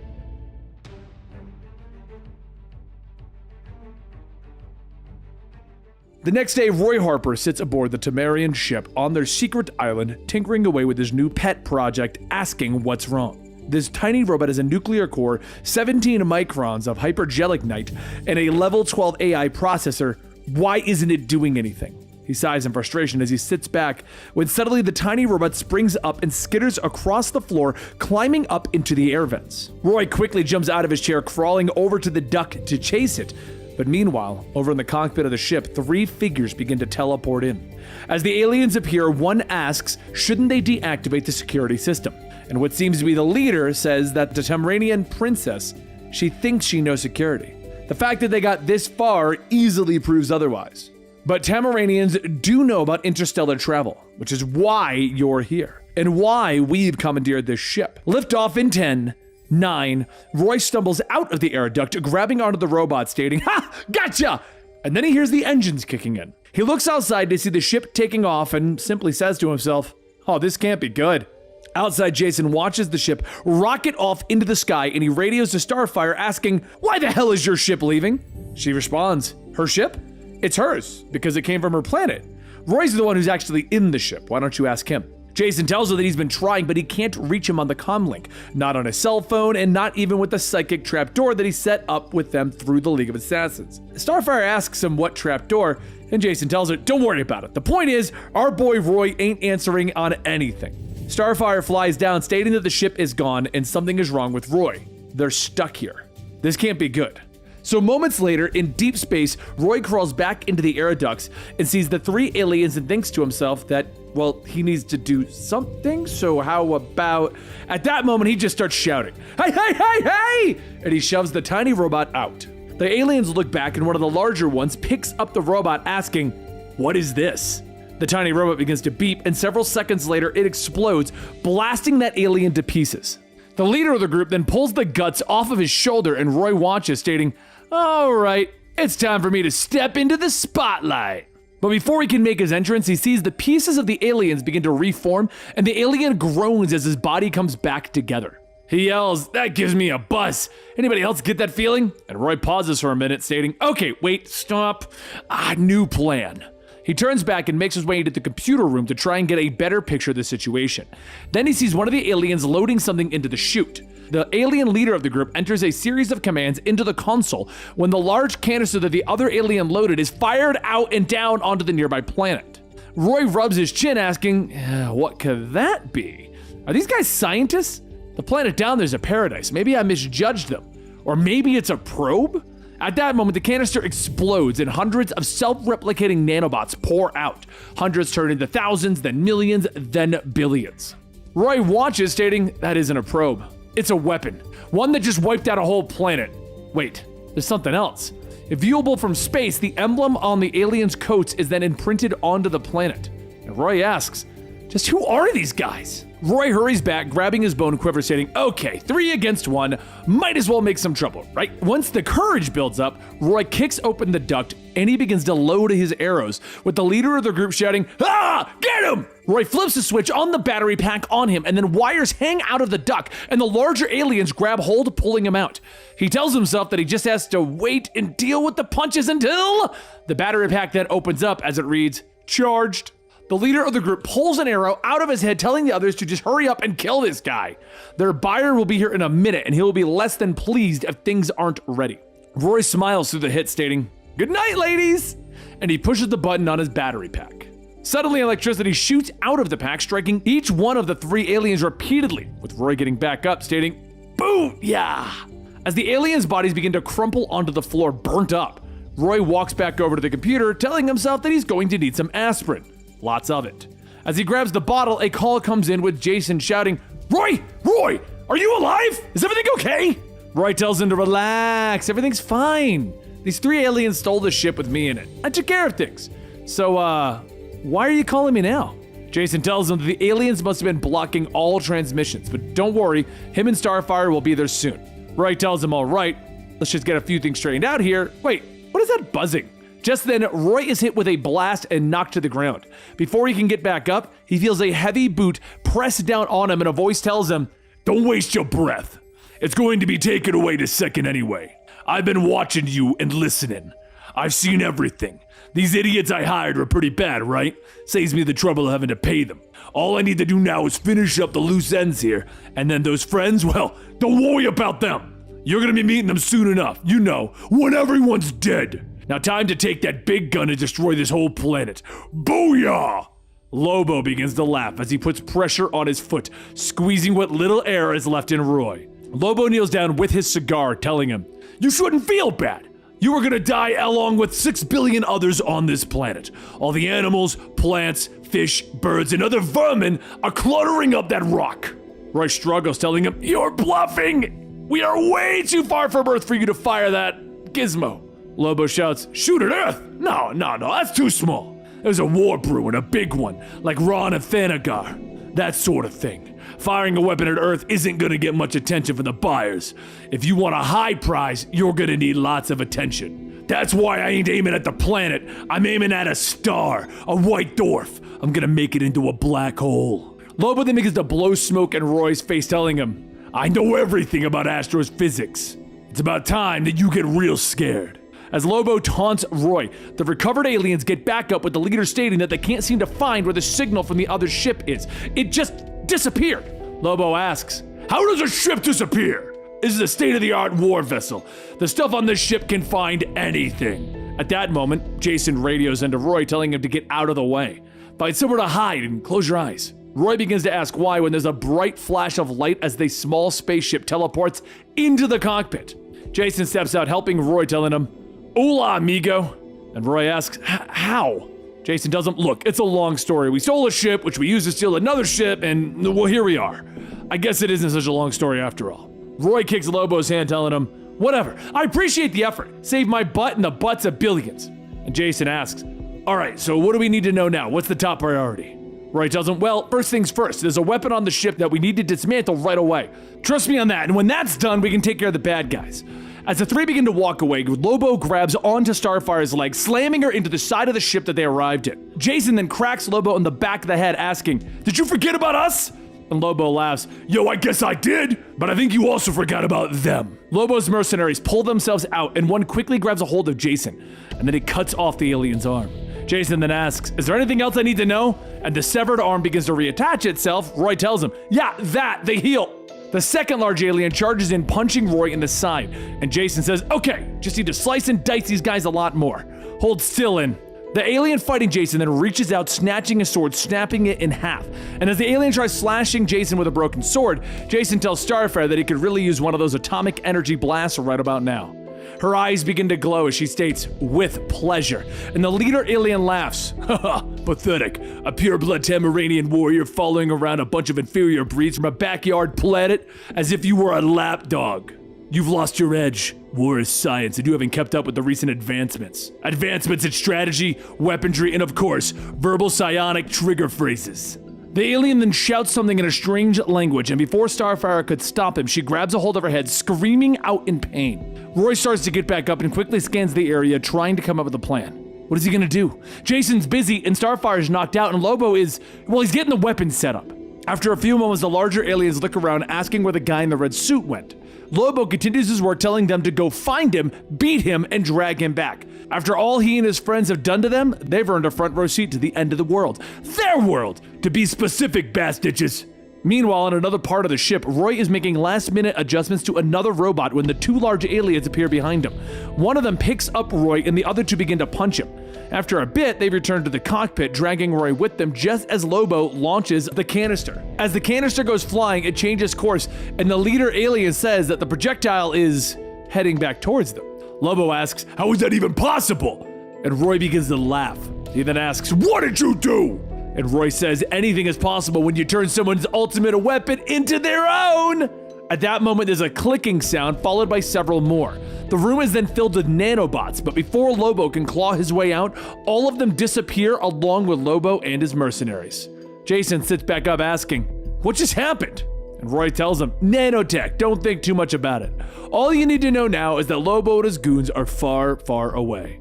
Jason tells him, right. So the trained assassin gets his sword snapped, the warrior princess is knocked out, and the fate of the world hangs by a thread. And then you saved the day with a toy robot the size of my thumb. Makes sense. Roy tells him, yep, that's about the size of it. Jason stares. Wow. And Starfire wakes up. Yes, wow.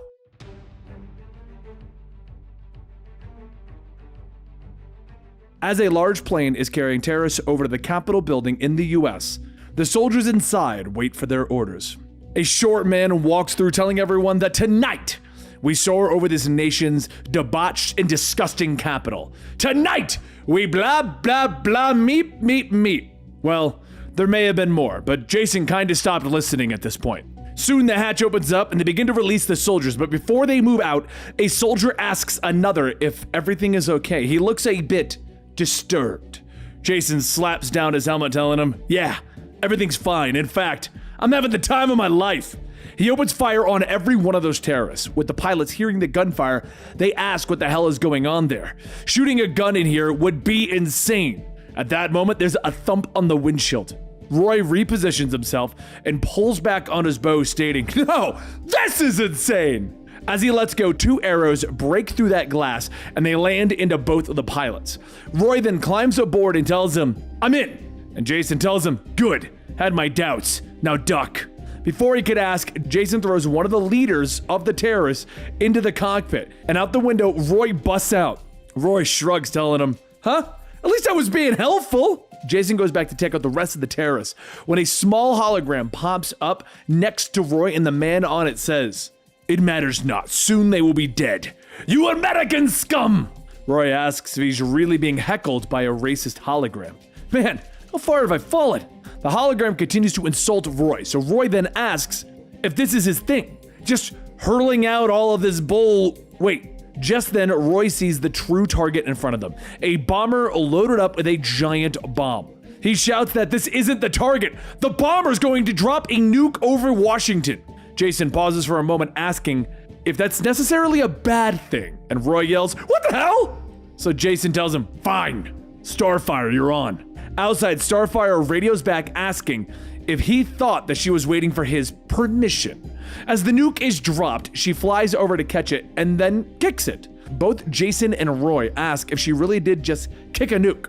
Starfire sighs, telling them, fine, hang on. She flies down to the pond below, catching the nuke and safely detonates it underwater. Jason and Roy asks if that's really safe as a small bubble pops out of the water, and Starfire says that she believes that this is one of those few moments. Once the plane has landed, Starfire flies over to give Roy a kiss, and Roy says that he should probably ease up a bit. Jason is still a little sensitive about the Isabel thing. Starfire flies over telling Jason that she has something for him, and she kisses him as well. Roy begins to yell out, whoa, whoa, whoa, boyfriend here! And Jason pulls back asking, yeah, what was that about? Starfire says that Roy told her that he was feeling lonely. She just wanted to assure him that he is never alone, and that the 3 of them have each other. Roy laughs, separating the 2 of them, stating, I wouldn't phrase it like that. We should probably just go home and get some sleep. In our respective beds, of course. At that moment, there's a loud explosion of light and everyone is knocked out. Sometime later, Jason begins to wake up with Starfire telling him, good, you are alive. Roy readies his bow, stating that he just woke up a few minutes ago, still trying to figure out who took them prisoner. Jason groans, getting up, stating that, no one took us prisoner. We were knocked out. Whoever it is, they could have taken our weapons, but they didn't. We aren't prisoners. We're guests. Suddenly, a large steel door opens, and a man steps through, telling them, that is correct. You are guests of Shade. My name is Dr. Kurt Langstrom, acting head of security for Shade. We have brought you here today to speak with Princess Coriander. Earlier, a construct nearly collided with a NASA space station. We have determined that it was a ship. Also working on this is Dr. Ray Palmer. Palmer will go ahead and explain things further. Ray tells them that when they obtained this, they thought it was just cargo. There were no signs of life coming out of it from the inside. Starfire asks if they want her to use her solar powers to cut their way in. The ship can already withstand the rigors of space, clearly. Ray tells her, no, actually, we brought you in because the ship is broadcasting a single message over and over and over, Princess Coriander of Tamarind, you are our final hope. Starfire looks back at the ship, pausing for a moment, and then tells everyone that she's going to need a moment. She opens the door and walks in. And a few moments later, she lets out a blood-curdling scream. Seconds later, she rockets to the top of the ship and out of the building. Kirk Langstrom turns back asking what the hell was that, and Roy says, "How should we know? You're the ones that kidnapped us." Jason runs inside and Roy quickly follows, and what they find is a ship full of dead aliens, some chained to the walls. Jason walks back out stating that they must have been slaves. They must have been running. They came looking for Starfire. Sadly, they didn't reach her in time. Later, over at the city of Abu Dhabi, Starfire flies down onto the top of a very expensive hotel with determination in her eye. She scans the area and sees a man flaunting his wealth to a woman, and that's when they make eye contact with Starfire, and she blows them up. The two people lean forward, revealing themselves to be aliens, and one asks if that was really necessary. She just picked the last place on Earth to pull a stunt like that. Soon everyone reveals their true forms, and Starfire begins to blast away, stating that she's heard rumors of this establishment, a place where dregs of the universe come to spend their ill-gotten bounties. For years she was willing to leave you to your debauchery, but no more. She will see him, who is the most base and vile among them. At that moment, a large alien jumps down onto Starfire, pinning her to the ground, asking, "Were you looking for me?" Seconds later, Starfire ignites herself. The alien jumps off and squeals, and Starfire rubs her head, stating, "No, I was not, but to your regret, you will certainly do." After knocking out the rest of the aliens, Starfire turns her attention back to the ones who attacked her, stating, "I'll be honest, Trevorall, I don't care how you came to this planet or how long you've been here. I'm only looking for your once and former overlord. Whether he lives or dies tonight is entirely up to you." Trevorall yells that if he tells her, "I'm as good as dead, have mercy," she burns her hand into Trevorall, stating, "That was the wrong answer. Clearly, you need motivation." She shoots off into the sky with Trevorall telling her, "Will you just put me out of my misery?" "I will put you out of your misery, but refuse, and I will keep you alive for weeks." Trevorall cries out, 30872 Pacific Edge, Malibu. So later that night, at the address that Trevorall gave to Starfire, lightning strikes over the small house as a baby cries in its crib.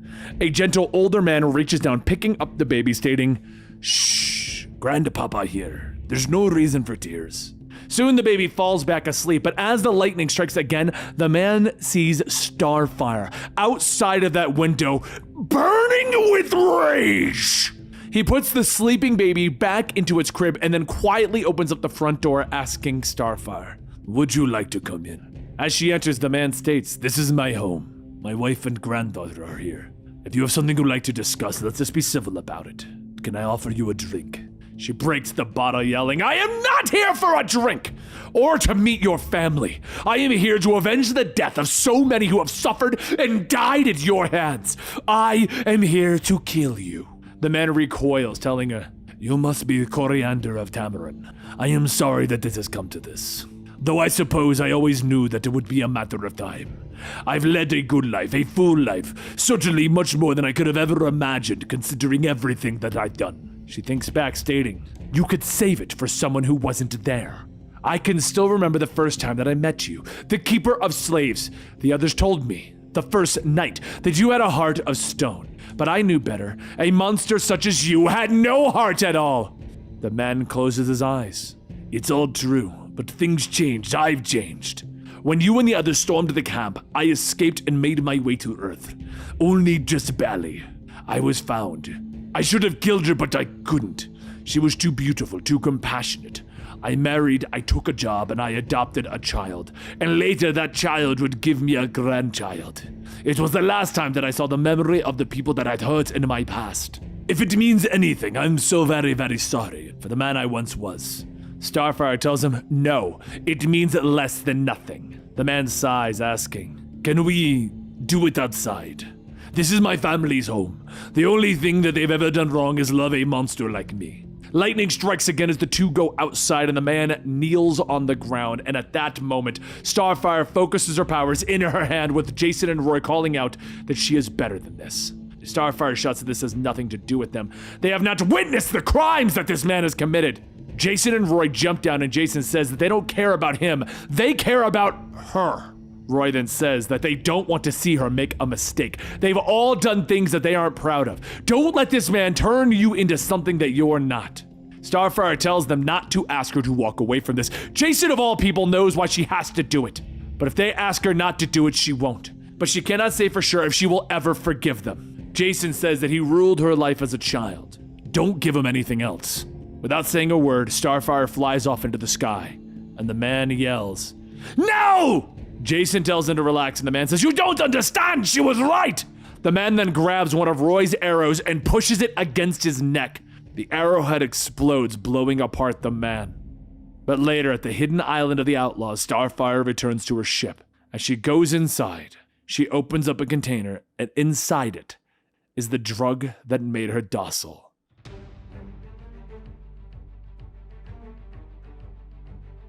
Rain pounds against the window as Jason sits in a hospital room holding the hand of one of his best friends, Roy Harper. Jason thinks to himself that he's been fighting this darkness inside of him, and it's all thanks to him. The guy just won't take screw off for an answer. But as Jason sits in silence, Roy turns his head, and he tells him, "Find her. Bring her home." Jason tells him no, not yet, not until he's out of danger. He then opens up the IV bag to allow more medicine to put Roy back to sleep. He then sits back down. How did this all happen? How did one of his best friends get burned over 90% of his body? Well, it all started 4 days ago in Malibu. Jason and Roy were at the home of the former intergalactic slave trader, the one who imprisoned Starfire when she was younger. They had just convinced Starfire to not kill him, but the man took it upon himself to do the job for her. And after cleaning up that mess, Jason and Roy headed back to their hidden island to go look for the now missing Starfire. And found her they did. Washed up on the beach, Starfire laid as the waves crashed into her, her eyes glazed in black. After a few moments, they lit up the vivid green that they've always been, and she rocketed up into the sky as if everything was normal. When they tried to explain what happened back in Malibu, she didn't seem to care, which was strange in of itself. But back at the New Orleans General Hospital, Jason continues to sit and wait. It's then that his eyes dart forwards towards the door and he pulls out his guns. The man who enters is Oliver Queen, or better known as Green Arrow in the superhero world. Oliver tells Jason to put the guns away. He just wants a few moments with Roy, alone. Jason thinks back to the way that Oliver treated Roy, throwing him out when Roy needed him most. But they should at least have a chance to clear the air if this is Roy's last night. But back when this all happened, Jason and the others set out for the swamps of Louisiana to track down the terrorist group that they'd encountered before. While Jason and Roy were sloshing through the muck, Starfire took it upon herself to fly on ahead. She blasted her way into a cabin in the middle of the woods, and when Jason and Roy caught up, she was already fighting off a horde of things. Starfire began to fight them off, but partly through, she suddenly took off, like she was scared or something. As any good friend would do, Jason told Roy to follow Starfire while he takes care of these. And without hesitation, Jason jumped into the pit of all the creatures. He then noticed something about them. They were super strong, like unnaturally strong. And after being knocked into a pile of boxes, Jason pulled himself out and sees a small metal device strapped to the men's feet with vials injecting something into them. With a quick swipe of a knife, Jason takes off one of the ankle devices and inspects it. Then it hits him. He knows what this is. He needs an advantage here if he's going to make it out alive. Meanwhile, outside, Roy caught up to Starfire asking if everything is okay. She told him no as she pulls the needle out after injecting herself with the space drug that she had been forced to take for so long. And Starfire said that she was weak and she is sorry, but they must stay away from her. Before Roy could tell her no, Starfire loses control of her powers and rockets off into the sky, leaving a fiery explosion in her wake. And Roy, he was caught in the middle of that. Back in the cabin that night, though, Jason began to feel alone. Completely, gloriously, and finally alone. And God help him, he didn't want it to end. At least that's how it felt. The truth is, since injecting the venom into his body, his heart rate had risen above 85. It's like any change that took place in his body was done on a molecular level. But in his mind, these men look like monsters. It makes it easy to do what needs to be done. He breaks a monster's arm, kicks the teeth out of another, and before long, it all begins to fade. He looks around at his work and not a single terrorist is moving. Serves them right for trying to drop a nuke on Washington, D.C. Just as the venom drug is leaving his body, he falls back, passing out. As soon as he comes to, though, he races out of the cabin, and what he finds is the place on fire. He looks around to see Roy's burnt quiver and realizes that while Roy is a smart guy, maybe even a genius, he's a guy that's going to need his arrows.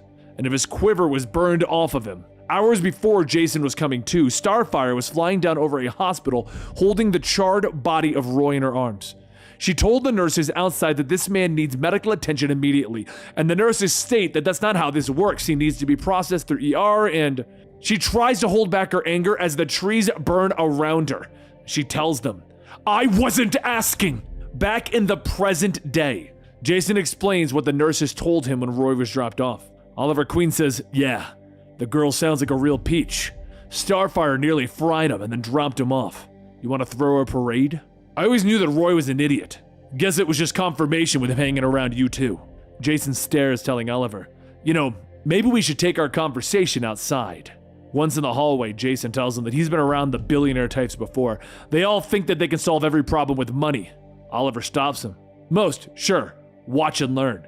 He turns around, taking out his phone, telling the person that he needs an evac. While that is en route, he'll also need the best burn unit in the world in a bed. And just as he hangs up, there's a loud vroom from inside of the room, and the two quickly run back in. Over Roy's bed, Essence stands there with Oliver shouting, asking, "What the hell?" As Oliver checks on Roy, Essence tells Jason that the danger has passed, but it will still be a while before he can move. She did all she can do for him. Jason asks, will he be seeing her again? And Essence tells him, not likely. Her debt is paid. A short while later, Jason gets ready to take off to look for Starfire, but as he takes off, he wonders how he's even going to bring her back. And then he looks at all of the canisters of venom that he took from the terrorists. Back in the hospital, Roy is watching Jason leave through the window when he notices Oliver sitting there. He tells Roy that they need to talk, and Roy asks him, "Do we?" Oliver leans in, telling him not to be rude. From the looks of it, he's his last friend in the world. Roy scoffs, telling him, "You're off by 2.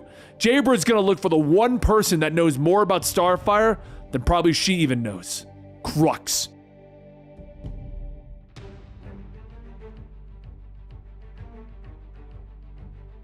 When we last left off, Oliver leaned in, telling Roy that he didn't want to be rude. But from the looks of things, he was the last friend that Roy had. And Roy told him that Jaybird is just looking for the one person who knows more about Starfire than him. Crux. This person's going to help. So the next day, a doctor sits in a wheelchair in front of Crux, and Crux says, "Good. A visitor. I haven't eaten in a week." The doctor tells the Arkham security that they're no longer needed and to leave them be. The guards begin to step out, and one says that he really isn't comfortable with this, but they have their orders. So Crux begins to pull on his chains, and he says, "You would be the 9th doctor sent in to try and cure me. Give me a good reason why I shouldn't be eating your bones right now." The doctor says because the ones before him were foolish enough to believe that they could cure him. For him, he's here to kill him. That is, if he doesn't do what's asked. Crux. Crux pauses for a moment, asking, "Crux? No one knows that name. No one except, oh, this is Rich." Crux lunges forward, breaking through his chains, grabbing the doctor by the neck, asking, "You came back? For what? Mock my imprisonment? Threaten me?" Jason's disguise fades and he says, "No, I'm here because I need you. I need some information that's floating around that big skilly head of yours." Crux opens his mouth to bite down on Jason, but Jason takes out a knife, stabbing it into Crux's tongue. As Crux swings, knocking Jason back, Jason says, "That's gratitude for you. Probably could have planned that one out a bit better." But just before landing, Crux flies up, grabbing Jason, telling him, "You're not going anywhere." After everything you and your friends did, Crux spins back, throwing Jason through a stone wall, asking, "Did you think it was going to be over already?" So a short while later, Jason opens up his eyes to find himself strapped to a chair, with the only comment being, "Well, this is a bit strange. Care to explain what's going on?" Crux, now back in his human form, says that it's really not all that mysterious. Once he's shapeshifted back to his original, more spectacular form, he needed to find something to wear. Shirt from him, pants from Arsenal, but don't worry, didn't put on the hood. Probably booby-trapped, right? Jason tells him, "Of course it is. The question is, why aren't I dead? Let's face it, leaving me alive is a bad idea for you." Crux leans forward, unlocking the restraints, telling him, "I wanted to thank you." And he hugs Jason. You're welcome?"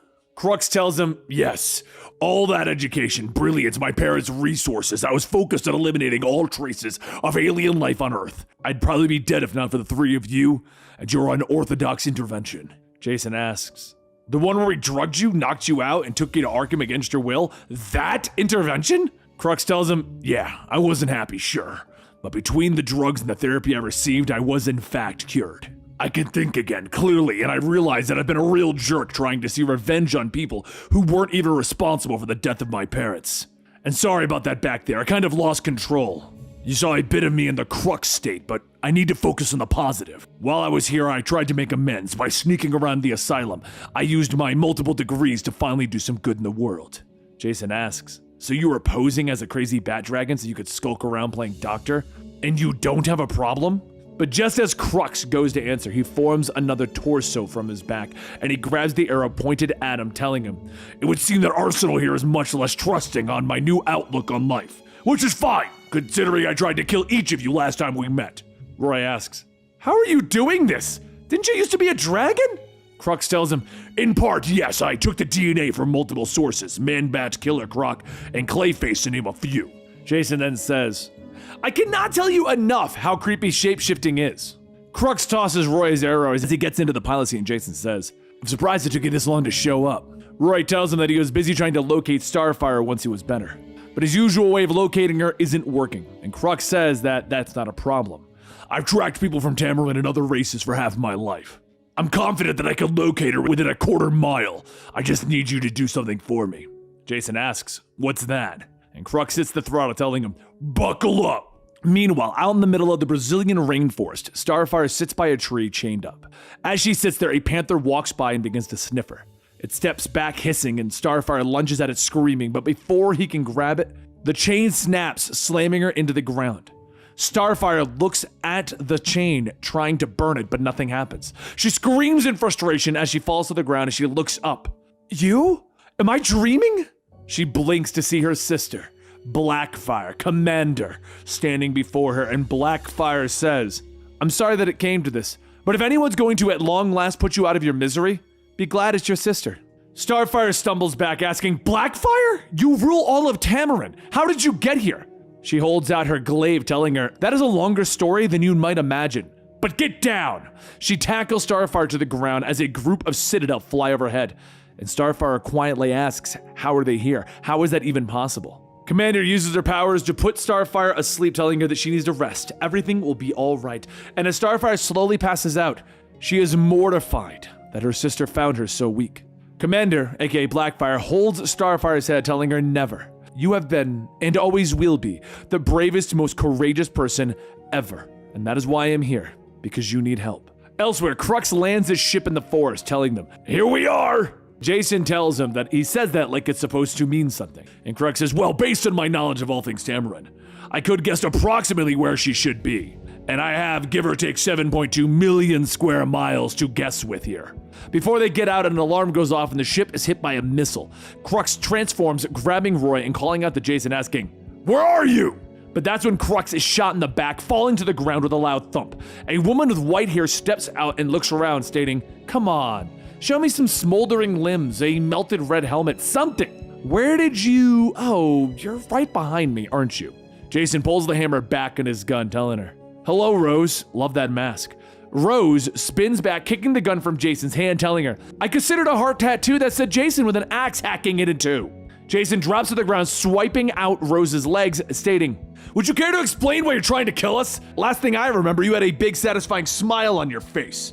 Rose falls onto Jason, telling her, I was being polite. Besides, I'm here on business. You and your friends are a distraction, and an impossibly adorable, positively scrumptious distraction. But while they're fighting in another part of this forest, Blackfire hooks up Starfire to a Tamarandian machine, telling her that she's so sorry. So many times that she has failed her. She can't even protect her own people. How is she supposed to protect her sister? Starfire smiles and weakly says, nonsense. Every day, my every thought, you were there. She then begins to get back up, stating that they need to go find the Citadel, find them and kill them. Blackfire sits back down, telling her that they will. There will be blood, but she must rest. Every warrior needs her strength. As Starfire sits back down, she hugs Blackfire, telling her thank you. And then Commander's tone changes as she asks, what was that back there? You were drugged out of your skull. You're too strong to be an adept. Starfire rolls over, telling her that she learned her tormentor was hiding on Earth. He could not have come here without support, the infrastructure. It comes through the black market drug trader. She wanted to get those responsible by working her way to the upper echelon, but it was a foolish risk, and the only thing she did was destroy their base. Commander grabs her battle, telling her that they could talk about it later. The machine will flush out the drug, and she won't be long. Elsewhere in the forest, Roy asks why they're bringing her along. She did try to kill them, and Rose says that she would just cut his head off if he tried to stop her. Jason then yells, "If you don't stop, I'm gonna shoot you both." Rose then goes on stating that she is tracking Starfire because the little princess ticked off a lot of wealthy people, which means the bounty is very high. Starfire calls out that she won't be able to spend that money when she's dead. And as the two charge at each other, Roy asks, "How long is this going to take?" Jason tells him, "About 3 seconds, Roy." Rose is thrown into a tree, and Roy says that he was only off by 3 seconds. Starfire then flies over, kissing Roy, stating that she is so sorry about what happened. She almost killed him, didn't she? Roy tells her that she didn't do it on purpose. Just let's never talk about it again unless he does something really wrong and needs her to forgive him. Jason then tells everyone that they need to get to the bottom of this and get home. As far as she can tell, Starfire has been on the trail of the same people who hired Rose to stop her. Rose then asks, "Are you saying that the people that hired me are involved in an intergalactic drug trade?" But before Jason could answer, Crux yells, "You're gonna need to see this! It's imperative!" Everyone looks over the ledge and they see the White Citadel fleet gathering on the ground, and Roy says, "Oh, it can't get any worse than that, right?" And right behind them is the leader of that army. Jason turns back, opening fire, stating, "I can only assume that you're Hellspawn." Hellspawn laughs, telling him, "Oh, that is completely ineffective, and nothing less than I have come to expect from you Earthers." Jason tells him, "True, but you wouldn't respect me if I didn't try." Starfire flies up, telling everyone to get back. Hellspawn is the most vile, genocidal warlord in the entire universe. But before she can attack, an arrow lands straight into Hellspawn's chest. And he asks, "Really? That is almost too adorable to take offense." As he finishes, the arrow discharges an electrical blast, with Starfire following up with an attack of her own. But through the fire, Hellspawn punches into the ground, igniting a massive blue explosion, telling everyone, "I'm used to being challenged by warriors. Only Earthers assume to send children." Rose throws her swords into Hellspawn's chest, but as he pulls them out, he laughs, and they begin to deteriorate. Soon the Citadel surround the group, and a voice says, "That is enough. Your next move against our liege will be your last." Everyone stops upon hearing the voice, and Jason says, "Oh, I am so sorry." Commander steps out, stating that there is no need to feel bad for her sister. There is a war coming, albeit a brief, one-sided war. And as a responsibility to her people, she is obligated to side with the ultimate victor. Rose laughs, telling Starfire, "You got yourself some sister. I didn't realize you came from a family of losers." Hellspawn calls out that the people of Tamarind were wise to align themselves with his wishes. In exchange for their commander-in-chief, he will grant them their relative freedom. A generous offer that he is not making to the people of Earth. Crux looks back at one of the Citadel soldiers and states, "That is interesting." Commander kneels down before Hellspawn, telling him that the Citadel is ready to act at his command. She only asks that he spares the life of her misguided sister. Hellspawn tells her perhaps, but unlikely. Crux whispers to Jason that he has been studying aliens his whole life, and one of them was the Citadel. The breastplates that they wear are wired directly into their brains and each other. Jason asks if he's stating that they can take them down with a switch, and Crux says, "If given the opportunity, yes." So Jason steps forward, telling Hellspawn, "I need to put this into perspective. You're getting a little flaming ahead of yourself. So how about we clear things up? This planet doesn't belong to you. Not yet, not ever." Hellspawn laughs. "I cannot take another moment, Commander. You know what to do." At that moment, Commander releases all of her black firepower into Hellspawn, creating a massive explosion from within his body. Hellspawn grabs her by the hair, yelling, "How dare you!" and throws her across the street.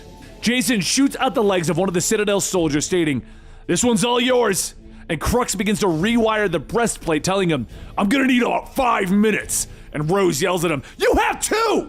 Starfire flies in, hitting Hellspawn, screaming that she could kill him for hurting Commander. But Hellspawn tells her that that is impossible. And then he's hit with an explosion as Starfire turns to see where it came from. And Jason runs up holding a giant blaster, telling her, "Go find your sister." She takes off for the skies, following the crater left by Commander's landing. And when she finds her, she finds the lifeless body on the ground. She screams loud enough for the people on the battlefield to hear her. And Jason pauses as he listens. And in that moment of hesitation, Hellspawn grabs him by the throat, telling him, "You will pay attention." But as all of the Citadel aim at Jason, all of their heads suddenly burst into flames. Hellspawn says that he will die, knowing that their victory means nothing. There are more soldiers where they came from. There are more powerful weapons in this universe than even you could imagine, Jason Todd. And at that moment, there's a thundering boom that deafens everyone as a beam of concentrated fire turns Hellspawn's body to ash. Jason falls to the ground, and as he looks up, he sees Roy riding one of the Citadel tanks, and he gives a wave. A short while later, at Commander's ship, Starfire tends to her sister, stating that they are resilient people. If they can get her home in time, they might be able to save her. Jason tells her that if there's anything that they can do, but Starfire stops him, stating that they'll be fine. Crux will pilot the ship so that she can stay by her sister's side. And as Jason and Roy step out, Starfire tells them thank you. And Roy asks, for what? She says for letting her do this alone. It's a family matter. She hugs Jason. She gives Roy a kiss. And Roy asks if she'll remember him. And she tells him, forever in a day. As Commander's ship begins to take off, Roy tells Jason that he should probably go on ahead without him. He's gonna check for spoils of war, destroy what's left. Jason says that he understands and it's a good idea. So the two hug one last time, and Roy heads back to the battlefield alone. He looks at Jason and tells him that it's okay if he needs a minute. That couldn't have been easy, having lost his team. And Jason laughs, stating that they weren't a team. They were friends, helping each other pick up the pieces of their lives. They were the Outlaws. And there you have it, the full story of Red Hood and the Outlaws from the New 52 run. I'm actually a huge fan of this because you can tell that the writers were trying to figure out what to do with Jason.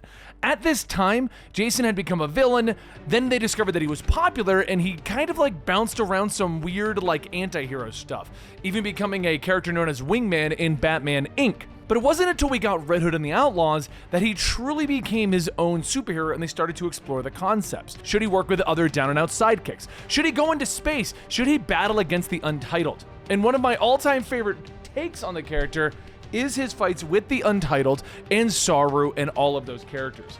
Now, if you were following our Red Hood Rebirth series, it does come back around. We do see more of these characters coming back after this ending. And we'll be bringing you that full story in a couple of weeks as we give you the entire current life of Jason Todd. Thank you guys so much for your continued support. I really do appreciate it. I'm glad that you guys enjoy these full stories. And don't forget, everyone who stuck around to the ending, you get yourself a cookie. You just need to find me in the video game Final Fantasy XIV, and I will craft you all the cookies that you think you can eat. I know, like 3 of you guys are going to get that joke, but either way, thank you so much, and I'll see you guys next time right here.